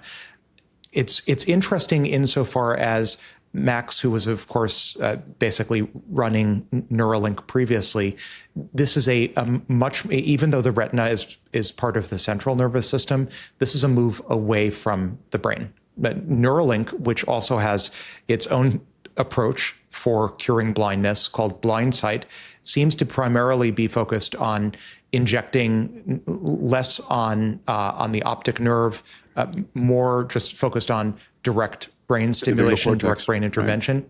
Yeah. It's interesting to me that Max, with this new venture of his, is sort of moving away from the brain, albeit still in the CNS. And I do think the further you get away from direct brain intervention and placement of electrodes, the easier it is to scale up a mass market consumer device. In this case, it's obviously surgery on the retina, but I'm very optimistic that advances in ultrasound, advances in wearables, a variety of other completely non-invasive advances will enable vision restoration without even needing to have retinal surgery in the next few years. I wrote a chapter about Max and science in my book, We Are As Gods. And in particular, giving vision back to the blind is biblical, right? It's huge. It's amazing. And God said, let there be such. What he's doing, and so, it's interesting, Prima as a product is his stage 0 revenue generating engine. So one of the things that a lot of entrepreneurs do incorrectly is they jump straight to this, massive moonshot that will take them, hundreds of millions or billions of dollars to get to without generating early revenue. So Prima is the means by which he's creating early revenue. He has an amazing BCI approach. I can't say a lot about it, but he's basically growing neurons into the brain, which don't, the issue with Neuralink and many of the BCI companies is their electrodes destroy thousands or hundreds of thousands of neurons when they're placed into the neocortex. But neurons actually can grow into the brain. So he's got an approach of an interface between electrical circuits and neurons growing into the brain and then, wiring together and firing together. Hopefully he'll disclose it. It's been in animal models and his plan is to get to humans, but it's an incredible strategy for the BCI world. BCIs are super competitive at this point. There are folks trying approaches at the CNS level, at the peripheral nervous system, direct brain stimulation, wearables, ultrasound, fMRI. And I think ultimately, by ultimately I mean on the 5 to 10 year timescale, we're going to see something of a shakeout, and we're going to discover what are the most ergonomic ways to interface with the brain. So I really hope that for Max's sake, that brain or that science rather does well, and I for one would welcome some extra neurons. Yeah, he thinks of it as an extra. The corpus callosum is what connects the right and left hemisphere of your brain. Imagine having a third hemisphere of your brain that actually is connected to the cloud. I mean, that's the way he describes it. Exocortex. Yeah. I want my exocortex. Yes, it's extraordinary. Salim, you were saying? There are two things here that I found really interesting. One is the feedback loop, right? Once you have a feedback loop from sensory back into the brain, et cetera, it learns very quickly. And I think we can see that over and over again in some of these recursive inner loop type applications. The second thing that occurs to me, which goes to your comment, Peter, about business models, is when you have an exponential and it's hard to predict out where the endpoint is going to be, it's not that difficult to look out 2, 4, 5 hops and say, what are the business models that may be enabled at each of those things? What are the use cases? So if you're an entrepreneur and you see a technology that's growing exponentially, now there's a dozen of them, you can pick your biggest passion, your favorite technology, look out where it's going, and then say, okay, at that price performance, what applications become enabled? And now you have a very viable roadmap for the future, exactly like the way Max is doing it. And that's going to be the future of companies and how they evolve. I really want to echo something Peter said there too about go-to-market strategy, because if you look at the most valuable companies in the world, so like an Apple, Google, Meta, and you look at their very first day and their very first product, the Apple One was a box of chips you needed to assemble yourself. And Meta, was Facebook. It was a little face at one university picture sharing thing at just Harvard. Yeah. And Google was a plug-in to Yahoo. It was a little search plug-in to Yahoo. They tried to sell themselves to Yahoo for a couple $100 million, and Yahoo's like, you're not worth anything near that. And that's the reason Google Yahoo was right. It's not worth anything near 100 million. Yeah, but these really humble beginnings for go-to-market strategy, because we talk a lot about starships landing in the ocean, and people think, wow, I want to build a company that creates a new starship, but that's not how these things get started. You got to start with a go-to-market that actually gets you an initial revenue, and if you really study the outcomes, but trace back to the first 6 months, which not enough people do, like really study the details, the people, the characters, what exactly was that product. And then that starts you on the journey, and you end up being Google, Apple. We had Meta, Bill Gross on stage with us this past year at the Abundance Summit, and he's brilliant, and I love Bill. He's one of the most extraordinary entrepreneurs who's created more startups that have gone public or been acquired than I think anybody else, period.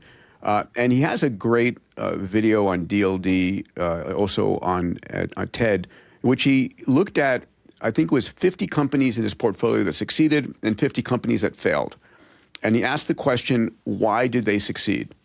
Was it because the CEO was smarter or trained at a exclusive Harvard or MIT? Was it because they had more money? Was it because, what was it?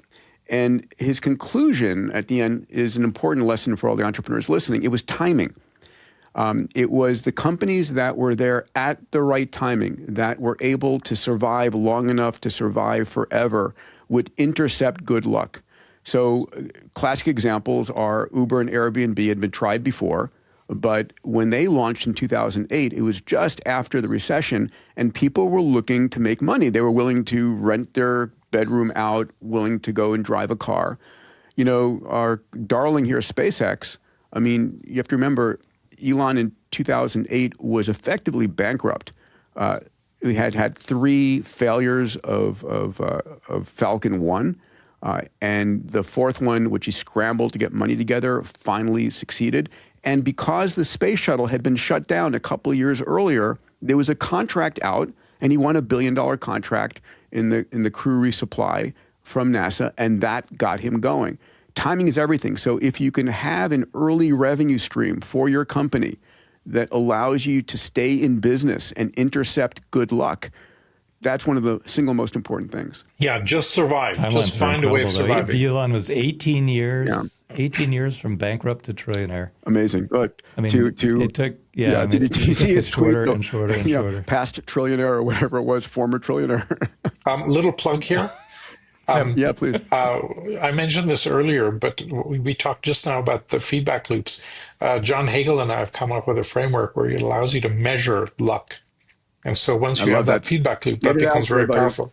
Yeah, we'll bring him on sometime and talk through it. It'll be useful for the viewers. Everybody, welcome to the health section of Moonshots, brought to you by Fountain Life. We talk about AI on this Moonshot podcast all the time. One of the most important things AI is going to be able to do for you, besides educating your kids and helping you with your taxes, is making sure that you're living a healthy lifestyle, that you get a chance to get to 100 plus. I'm here today with Dr. Dawn Musalem, the Chief Medical Officer of Fountain Life, and a part of my medical team. Dawn, a pleasure. Great to be here. The thing that people are concerned about most about living to 100 or 120 is their cognitive abilities, making sure they don't have dementia. And the numbers about dementia are problematic. Can you share what you've learned? Such an important point, and you're right. At Fountain Life, our members, the number one thing people are most concerned about is losing their brain health, forgetting the name of their child, forgetting the face of their loved one. We know that when it comes to dementia, the conservative estimates are that 45% are entirely preventable. What was amazing is with the advanced testing we're doing at Fountain Life, 1/4 of our members had advanced brain age. Wow. But what was really awesome is, again, back to that prevention. When we partnered it with healthy living, this gives me chills. Eating healthier, moving our bodies, sleep. Yeah. Optimizing sleep is so important. You know what we saw? We saw that we improved that brain age by 26%. That is a big, big number to show that the majority of those individuals were able actually to improve the brain age. And one of the things I love about Fountain is we're searching the world for the best therapeutics, the best approaches, and making sure we bring it to our members. So if having healthy brain function till 100, 120 is important to you, check out Fountain Life. Go to fountainlife.com/Peter. Make sure you become the CEO of your own health. All right, now back to the episode. Alex, this next story is one that you threw out, and happy to talk about it. It's our second BCI story. This one's out of Neuralink. The company just shared a video of people living with paralysis controlling a powered wheelchair using nothing but their thoughts. No joystick, no hand controls, just intention translated directly from the brain into the wheelchair's movements. I mean, think what this actually means. It's massive freedom. Let's roll a video and take a look at this, because it's a beautiful thing. And we'll talk about what comes next. Through our clinical trials, we've been working really hard to give the world a brain-computer interface-powered wheelchair. It's designed for anyone with trouble controlling their wheelchair physically by translating their neural signals so they can control the wheelchair with their mind. What we've done here is we've developed a set of custom electronics to take cursor movements from a participant's imagined motions, translate them into analog signals, and use them to directly drive and control all the functionalities of the wheelchair. This is the wheelchair control app, and we built a custom UI for our users. I can now move my cursor up and slowly move the wheelchair forward, or turn to the side, left or right. And as I get more and more into the ring, it'll go faster and faster. Really, we built this system with safety in mind. As you can see here, if I let go, the cursor is slowly going back to the center. So that way, if a user ever becomes incapacitated, they won't go driving directly into a wall. The cursor will allow them to go back to the center here. Alex, your thoughts, and what comes next? Well, obviously, this is sort of a visual joystick via brain-computer interface. Where this goes, it's hard not to extrapolate this going to full bodily control. Imagine giving people exoskeletons that they can control via BCI, paraplegics, quadriplegics, and basically restoring free autonomy in a physical world, all four limbs. I think that's pretty incredible. It's easy to extrapolate further than that. I think there's probably a sizable subpopulation in many countries. Certain folks would love mechas from anime, be able to walk around in large robots, Sigourney Weaver aliens style. Or maybe even, I think the end game for the motor cortex does look like some variant of partial brain uploading or something adjacent to that. Once we've fully decoded the motor cortex, we're in I think a stronger position to take some variant of human mind uploads, could just be behavioral uploads that are generated by pre-training a foundation model off of large amounts, say, of fMRI or ultrasonic data, and being able to decode the motor cortex to perform useful functions in the world. That's a low bar. There are much higher bars that would be connectome based. Something like that, I think we're going to see actually happen in the next 5 or so years, certainly by the end of this decade. And I think that's a major step toward, in the short term, obviously taking people who can't walk, giving them powers of locomotion. That's now-ish. But in the next few years, it's giving exoskeletons and ultimately human uploads. My answer to that, AWG, is that Neuralink connects these individuals to an Optimus robot, right? And they see through the Optimus eyes and hear through the ears, and then they move. Avatar. Your vision is Avatar. It's effectively telepresence. You can be anywhere. You can inhabit a Optimus in Japan if you're sitting there in Boston. I think that is definitively coming. probably over Starlink. I mean, the singularity is here. This is insanely fun. Yeah, insanely fun. There were a few, in addition to Avatar, there was, I'm blanking on the name of that other sci-fi movie where people never left their homes and only went out and interacted with each other via these telerobots. I think every sci-fi scenario plays out at once. And I can guarantee you, Peter, if the scenario that you're describing comes to pass, and probably will, we'll find some country will, a few years from now, will be regulating the hikikomori, if you will, who only stay inside their bedroom and only interact with the outside world via BCI to telerobot. So crazy, so fun, and so liberating for so many people. All right, our final story before we go to our AMA here is regarding Elon's prediction that AI and robotics is going to make money irrelevant within a decade by 2036, he said. And it's his post-capitalist vision. It's a world of radical abundance in which scarcity no longer matters, money no longer matters. I talked about this with him when he was at the Abundance Summit this past year. Let's take a listen to this video, and then I really want to discuss this one because it has people both excited and fearful. I want to address the fear there. Money won't matter in 2036. I'm not sure that the people who bought your shares think that money won't matter in 2036. Well, what do you want money for? You want money for goods and services. Yeah. Well, if that is so abundant that there's more, that the robots and AI are providing more goods and services than any human could possibly consume, what do you need money for in that case? I'll make a prediction, which is that deflation will be the issue, not inflation. Because as the output of goods and services increases, if the output of goods and services increases faster than the money supply, you will have deflation. I think it's totally ironic. This was an interview by The Economist. Of the world's first trillionaire. Yes. Yeah. Gentlemen, thoughts? Salim? I think there's a couple of different threads here, right? Thread one is we're reaching abundance and the cost of things will drop radically. But abundance in production doesn't mean you end up with abundance everywhere. Because you could have eliminated scarcity and ownership and access and location, and that would be amazing.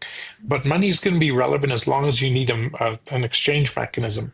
So as long as you need that to allocate stuff that's scarce, money is the means of exchange will stay. Let's remember there's three uses for money: means of exchange, unit of account, and store of value, right? And so this would hit a store of value to some extent. It would hit the means of exchange to some extent, but the exchange unit will become really, or unit of account, etc.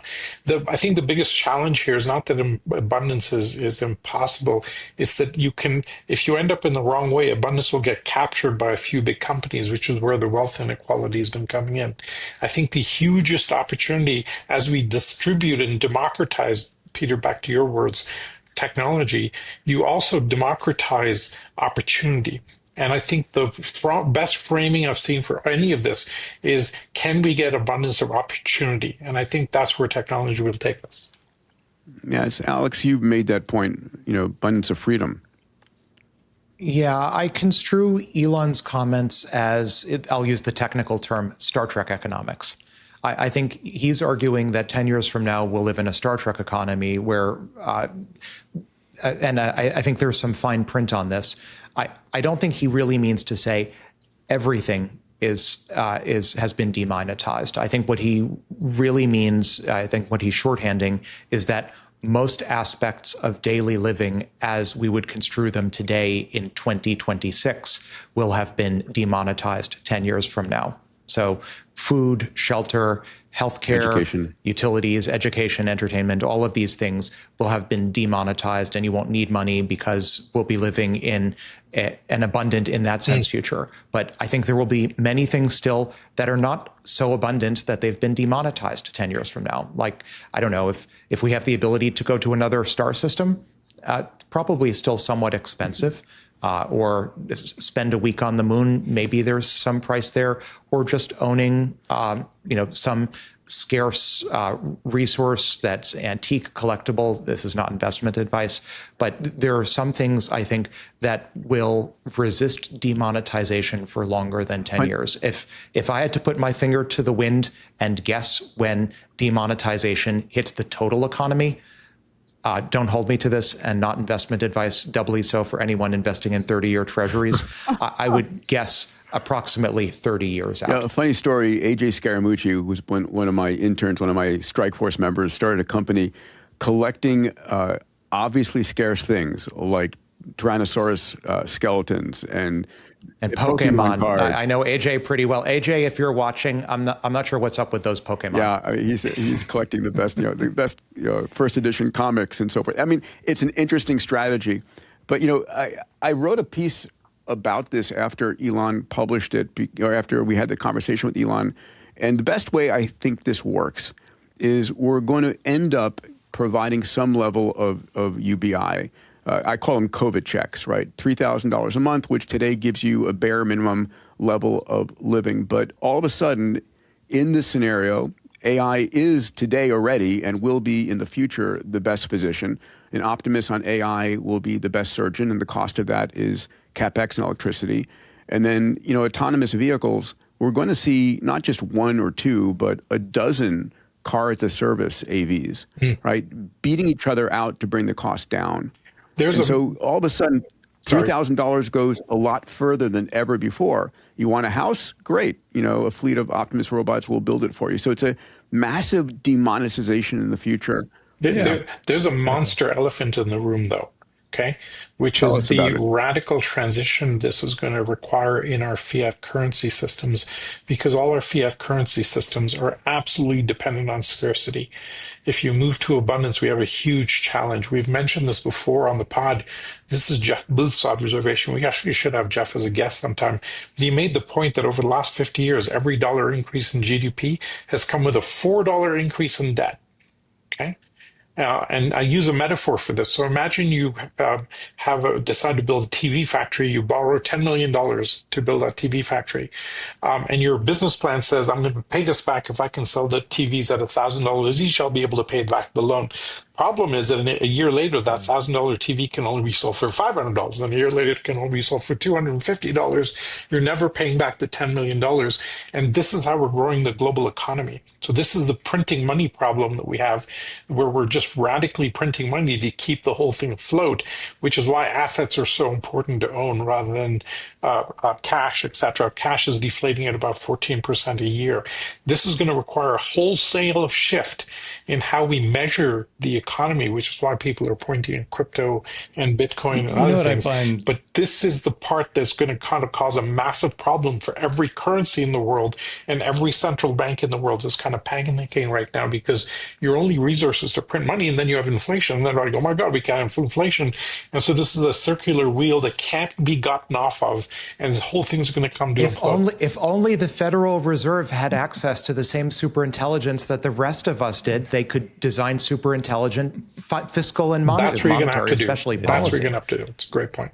Economics is so broken. Incredibly, Dave. Yeah.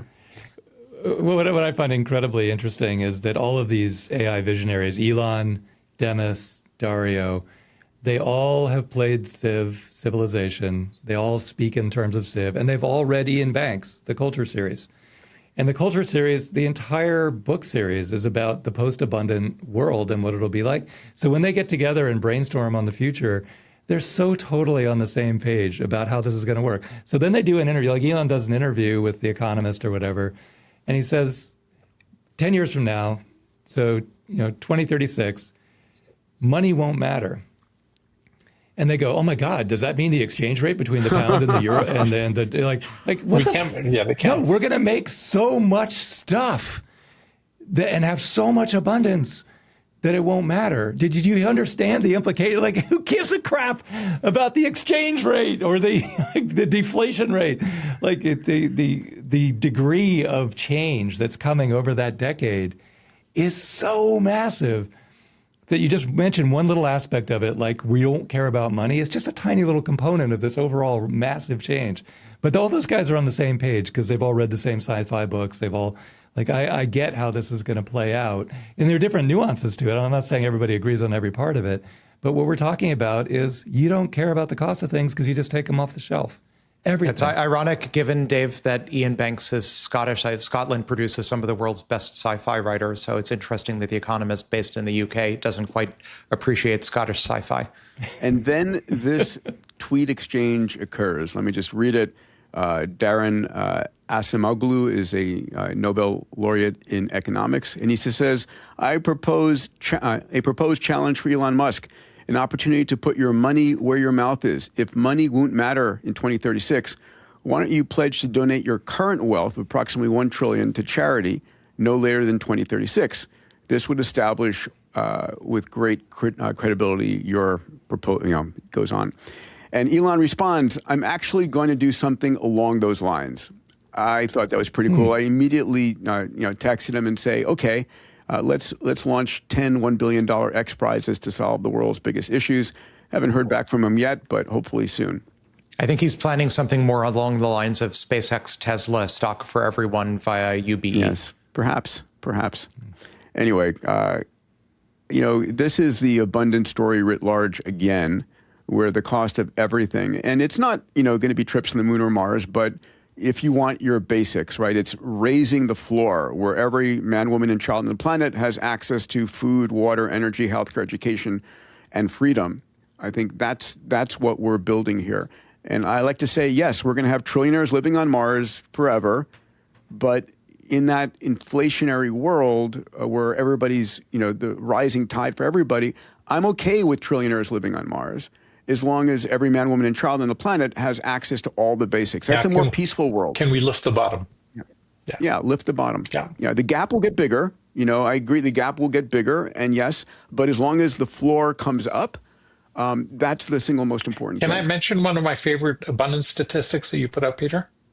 Sure. If you go back 200 years ago to 1820, 94% of humanity lived in extreme poverty, being defined as $2 a day on 2011 parity dollars. Today, that number is less than 9%. And you just don't see stuff like that in the news. Yeah, you don't. News media delivers every murder, every crooked politician over and over again into your living room between 6 p.m. and 8 p.m. As I like to say, I tell my mom this all the time, Mom, turn off the news. Don't watch the Crisis News Network. It will just give you a bad mindset. Join us in our echo chamber. Yes, she does every time. Hey, Mom. Let's do some AMA questions, gentlemen. I think we have some fantastic questions this week. Okay, Alex, let's begin with you. Yeah, so there are a few different interesting questions here. I'll pick number 4 because I've commented on this one already on the pod. How far off do you think we are from hitting longevity escape velocity? And this is from Sage Freeman 9260. So I think, Peter, if you were to answer this, or if friend of the pod, Ray Kurzweil, were to answer this, I think the answer would be something like 2030 to 2033, I think is the consensus. My mantra is LEV by 2033. Yes. Yes. If I were to answer this, I think it's going to be spiky, just like superintelligence is spiky along different dimensions and with different skills and capability areas. I think some subpopulations may hit longevity escape velocity by the end of this year. I think others it could happen by 2030, but I think there are so many variables that will lead to high volatility or spikiness in terms of who arrives when, in part because there are so many people who qualify for certain medications that, say third or maybe even soon fourth generation GLP-1 RAs. Those could, speaking hypothetically, it's not medical advice, those could end up having profound longevity impact. So actually, I was sufficiently interested in this that I did my own internal mini research study trying to answer the question, have we achieved longevity escape velocity this year? And there are a few confounding variables because you can achieve, in some sense, catch up longevity increases if something terrible happens, like if there's an agricultural revolution in China and a lot of people die, then average life expectancy takes a huge dive, but then a few years later, it zooms back and you could ask the question, well, is catch up or regression to the mean longevity escape velocity. I don't think most people would consider it that. On the other hand, if you have someone who has some illness, but it's an illness that we've never been able to cure before, and now we're able to treat it, and now their life expectancy is increasing by almost or approximately 1 year per year, has that subpopulation achieved longevity escape velocity? Some would say no, because you're just helping a person with some illness regress to the mean. Others, including myself, would say aging is a disease. And so curing aging is basically helping a subpopulation, which is to say more than 150,000 people per year dying on this planet, and helping basically the subpopulation that is the entire Earth population survive and get treated from the disease that is aging. So yes, I think some subpopulations are approximately there right now, and more to come. And we discussed in the last pod, there are a number of ongoing partial epigenetic reprogramming experiments going on in humans today, which is super exciting. I'm going to take number 3 before one of you guys grab it. I'm sure you're going to do that. That's yours. If average life, I thought so too. Average lifespan, it's got your name all over if it. average lifespan hits 120 and infertility gets cured, which it will, how does society handle the population boom? And this is from Mr. Ganushington. So here's the reality. We do not have anywhere near an overpopulation problem, even if we start getting to extreme longevity, 120 and plus. The majority of the world is in a population crunch. We're seeing in Asia and Europe, a reproductive rate of under 1 child per family, right? To keep the population, without growth or decrease, it's 2.1 children per family. Places like South Korea and Japan are hovering at like 0.6 children per family. So we have an issue in a number of generations. These cultures, these countries are going away. The other question that this person might then pose is, okay, what about access to resources? And over again, even if we have, population, I think the numbers are going to reach 9.5, 10 billion, and then very rapidly decrease. And people have always said, the one Earth precept of we need to divide the resources of Earth equally amongst everybody. Well, every time we think there is a scarce resource, we discover, no, it's not scarce. We just innovate around it. Lithium was thought to be a scarce resource. So we start discovering lithium deposits every place. Then we start inventing batteries that are better than lithium with sodium that is much more abundant throughout the world. By the way, a quick note, our next podcast is going to be with Ramez Nam, going a deep dive into energy. It's going to be amazing. It's going to be amazing. You do not want to miss the Ramez Nam episode. So, Mr. Ganushington, no fears about overpopulation and no fears about not having sufficient resources. Salim, over to you, pal. Okay. Let me go with number 2. Could Anthropic hide its model's reasoning to stop competitors from distilling it? So you can kind of restrict the visible reasoning and hide it a bit to make distillation harder, but you can't eliminate it because people can still learn from the inputs and outputs and then reverse engineer that across if you have a sufficiently large number of examples. The capability diffusion is very difficult to stop permanently because once you have useful behaviors, people are going to learn from it, and then they have a huge incentive to reproduce it in other models. The sustainable mode is going to be kind of not just the hidden reasoning, but it's going to be the whole thing. Do you have unique data? Do you have infrastructure and compute? Do you have users? Do you have feedback loops? We keep talking about feedback loops. Do you have that to provide proprietary and unique learning loops? And that's the really big deal. And then distribution and the ability to learn continuously from all of that. So there's a whole system approach here that where it's going to be the future of every organization is going to be that kernel of data, compute, learning loops that then can compound on each other. Dave, over to you. There is one left. Hey, do I get first pick on the next slide? Sure, I'll give you that for sure. Oh, awesome, thanks. So what's left? Number 1, how long does it take to actually take a patch or take, how long does it actually, sorry, let me start. How long does it actually take to patch a vulnerability like the Hugging Face breach? And that is from @teachme, T3 teach me. Coolest thing about this question is actually your handle. That's really awesome. It only takes a minute. Once you know the vulnerability, sometimes there's a little bit of time to propagate out the patch, but once you know what the vulnerability is, you can fix it in no time flat. And that's all there is to that. So. All righty. Let's move on to the next 4. Dave, you get first pick. Oh, thanks. I love number 5. If AI transforms higher education, how should we evolve the high school system? And that's from Dave Wilfart. Okay, I guess that was earmarked for me after all. Yeah, I love this. I love this topic, and we obviously need to get on it. I did a podcast with Joe Aoun, the president of Northeastern. Incredibly great podcast. The guy is brilliant. You should check it out. It's somewhere on YouTube. Joe Aoun is AOUN if you want to search for it.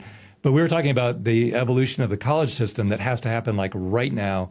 And he's opening a new incubator on Mass Ave here in Cambridge, where the students who, Northeastern has always had a lot of work studies, so you can work instead of taking classes and get real world experience. But now build a company, be an entrepreneur. That counts. That counts as part of your college curriculum. It's phenomenal. But that same mentality needs to move into high school, where you have to first recognize the curriculum can't possibly keep up with the useful knowledge that the kids are going to want to absorb. So you have to switch it over to AI-based teaching, AI-based learning, allow them to learn whatever they want to learn. Purpose-driven learning. And we invented a class right in this pod that must exist, prompt engineering and scaffolding. That has to be a new class. But, next semester it'll be something else. Next semester it'll be something else. You just have to allow that to come into your ecosystem, then reward good behavior, like trying to learn or doing something that looks productive. Give that an A+. But don't try and force everybody down an ancient curriculum. Dave, here's an idea for you. Given that I'll get in trouble for saying this, but don't really care. MIT does not really take the humanities seriously. Like as an undergrad at MIT, I got humanities credits for the philosophy of quantum mechanics and set theory, and all my humanities classes had problem sets or lab assignments. What about a humanities credit at MIT for prompt communication, prompt engineering and context engineering as a sort of a stealthy way to introduce communications skills? That's a great idea. Alex, I'd love to hear your answer to number 8. All right, I've been assigned number 8. So number 8 asks, does training on synthetic data degrade model quality over time? And this is from QC for Life. Depends on the synthetic data. So you could generate synthetic data for, let's say, prototypically software engineering problems, like generating code and then injecting a bug into the source code and testing whether a model is able to find that bug. There are many reinforcement learning challenges that I think, at least by historic standards, certainly benefit from synthetic data and especially synthetic environments. So creating procedural 3D environments or creating, say, just applications that can generate almost infinite variation that via reinforcement learning and reinforcement fine-tuning models can learn from. That is, I think, quite valuable. That, by the way, I mean, I think what maybe the question's subtext is isn't it sort of a garbage in, garbage out? How could you possibly learn from synthetic data? Isn't it just, garbage in, garbage out? And the answer is, in fact, no, it's not garbage in, garbage out. There's, I've mentioned this on the pod in the past, a couple of terms, Solomonoff induction and ExO. You could, in principle, train purely, if you had a sufficiently strong model, you could train it off of no physical world and no human data at all, purely synthetic data. If you had a sufficiently powerful model, and this is the premise for ExO, which is a theoretical, not very practical implementation of Solomonoff induction. Solomonoff induction is an approach to basically building the perfect inference system. And the premise of it is, if you've just observed a sequence of bits or a sequence of tokens, the perfect next token predictor, which is all large language models are, is basically organizes and runs every possible Turing machine, every possible computer program on that history, which is computationally infeasible, but theoretically perfect. So going back to the question of synthetic data degrading model quality, in the limit of perfect compute and infinite compute, it's actually ideal not even to touch the physical world and not even to touch human data and to train purely off of synthetic data. I'm so happy you know what else? answered that one. Not to beat this to death, but having trained many, many neural nets and training some right now, synthetic data is fine. It's mislabeled data that absolutely kills you. Just one mislabeled data point is a killer. The weights will warp themselves 8 ways till Tuesday trying to make it make sense in context of everything else. So clean synthetic data is totally fine. In fact, it's better in a sense because it doesn't have something just blatantly wrong and mislabeled. All right, Salim, 6-7. Why don't you do 6-7? Why don't you do the next one, Peter? You always go last. No, it's okay. Go ahead. I will. Gentlemen, the questions are abundant. I will go with number 7. What stops Frontier Labs just acquiring other companies in other industries to get their data? This is from David Lee, Z5E or Z5E, if you would say properly. Nothing stops them from doing that because you're going to get acquisitions. You can see private equity buying chunks of like mid-market accounting firms and trying to get that stuff. The real gold is the proprietary data they have. The problem that I'm seeing as I'm watching PE try to do this is buying a company doesn't mean you get really useful knowledge because there's a lot of tacit knowledge that's hidden in key employees' heads that's not easy to extract. You've got different operating processes and so on. So traditional companies need frontier models, but the model provider needs proprietary information to make it useful. So I think what we're going to see is a lot more partnerships. For example, we're seeing groups of hospitals band together and then pool their data and then make that data available to pharma companies. It's almost like a co-op model. That becomes really interesting. But based on my previous point and the whole organizational singularity stuff, the implication for companies is super urgent. Organize and protect your proprietary data so that when you add AI, you have the learning loops that become very, very powerful. That will be the engine of growth for your future. And it'll become much more important and much more valuable than your current product. So they may go buy some startups, but it's going to be a harder thing. I think it's easier for the Frontier Labs to go partner with companies for their data and mutually figure out ways and cooperate rather than trying to do this acquisition stuff because that tends not to work out over time. All right, final question, number 6. Oh. Yeah. Question 6 goes to the guy who got SpaceX. That makes perfect sense. How can individual investors get involved in cutting edge startups before they go public? That's from Nancy Jenner C5D. So Nancy, there are so many ways for you to find cutting edge startups before they go public. It's the easiest is getting them at the beginning. You go to your university first and foremost. A lot of these companies are beginning in the minds of, 20, 21, 22-year-olds, right? You can go to equity crowdfunding platforms and see what's going on.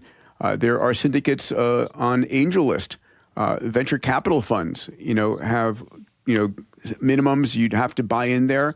You can go to demo days. There is so much going on today that can enable you. Dave, what do you want to add to that? I think if you add value, you will get stock. And there are so many ways. A lot of these companies are growing so quickly, and if you discover them early and you just try to add value in any way, they need so many.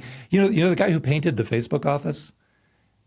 What did he make? $100 million on that stock because they paid him in stock because they didn't have any cash. He was just there. And so I think, people underappreciate how much you can reach out to these guys, especially early on when they're desperate for help. Hey, do you want introductions? Do you want sales help? Do you want help moving your office? What are your skills? If you make yourself what are your available, skills you can add? Are you a great coach? Right? You want to run and get coffee for the team? My favorite suggestion would be to go to AngelList syndicates. Because people have syndicates where Jason Calacanis will invest in a bunch of startups, and you can buy into that syndicate. They get a piece of the carry, but you get participation in all that. And those have done extraordinarily well, and you don't have to put a lot of money up. Yeah. It's funny you say that because we had a summer intern. He just said bye to me today because he's got to go back to school in September. But he put together an angel syndicate over the course of the summer. And, he's young. He's still a student, but he's going to manage it. And all the rich, old, famous guys are like, great, if you manage it, you can just participate and we'll lend our names. So he actually pulled together a syndicate in like 4 weeks? Yeah, this summer. Amazing. Gentlemen, as always, a pleasure. And to our listeners, thank you for subscribing. Thank you for joining us. It's no time to sleep during the singularity. I have to go talk to all the Absolutely. rabid. Peter, Don't take off the takeoff. What's that? Slim? I have to go talk to all the rabid Moonshots fans that were like, we can't wait to talk to you about questions. So I'm going to go talk to them now. You look like you're in a consulting office over there. No, I'm in a hotel room. Okay. Fantastic. All right. All right, Salim. Well, words of encouragement. See you guys very soon. All Love right. you all. Be well. Thanks, Peter.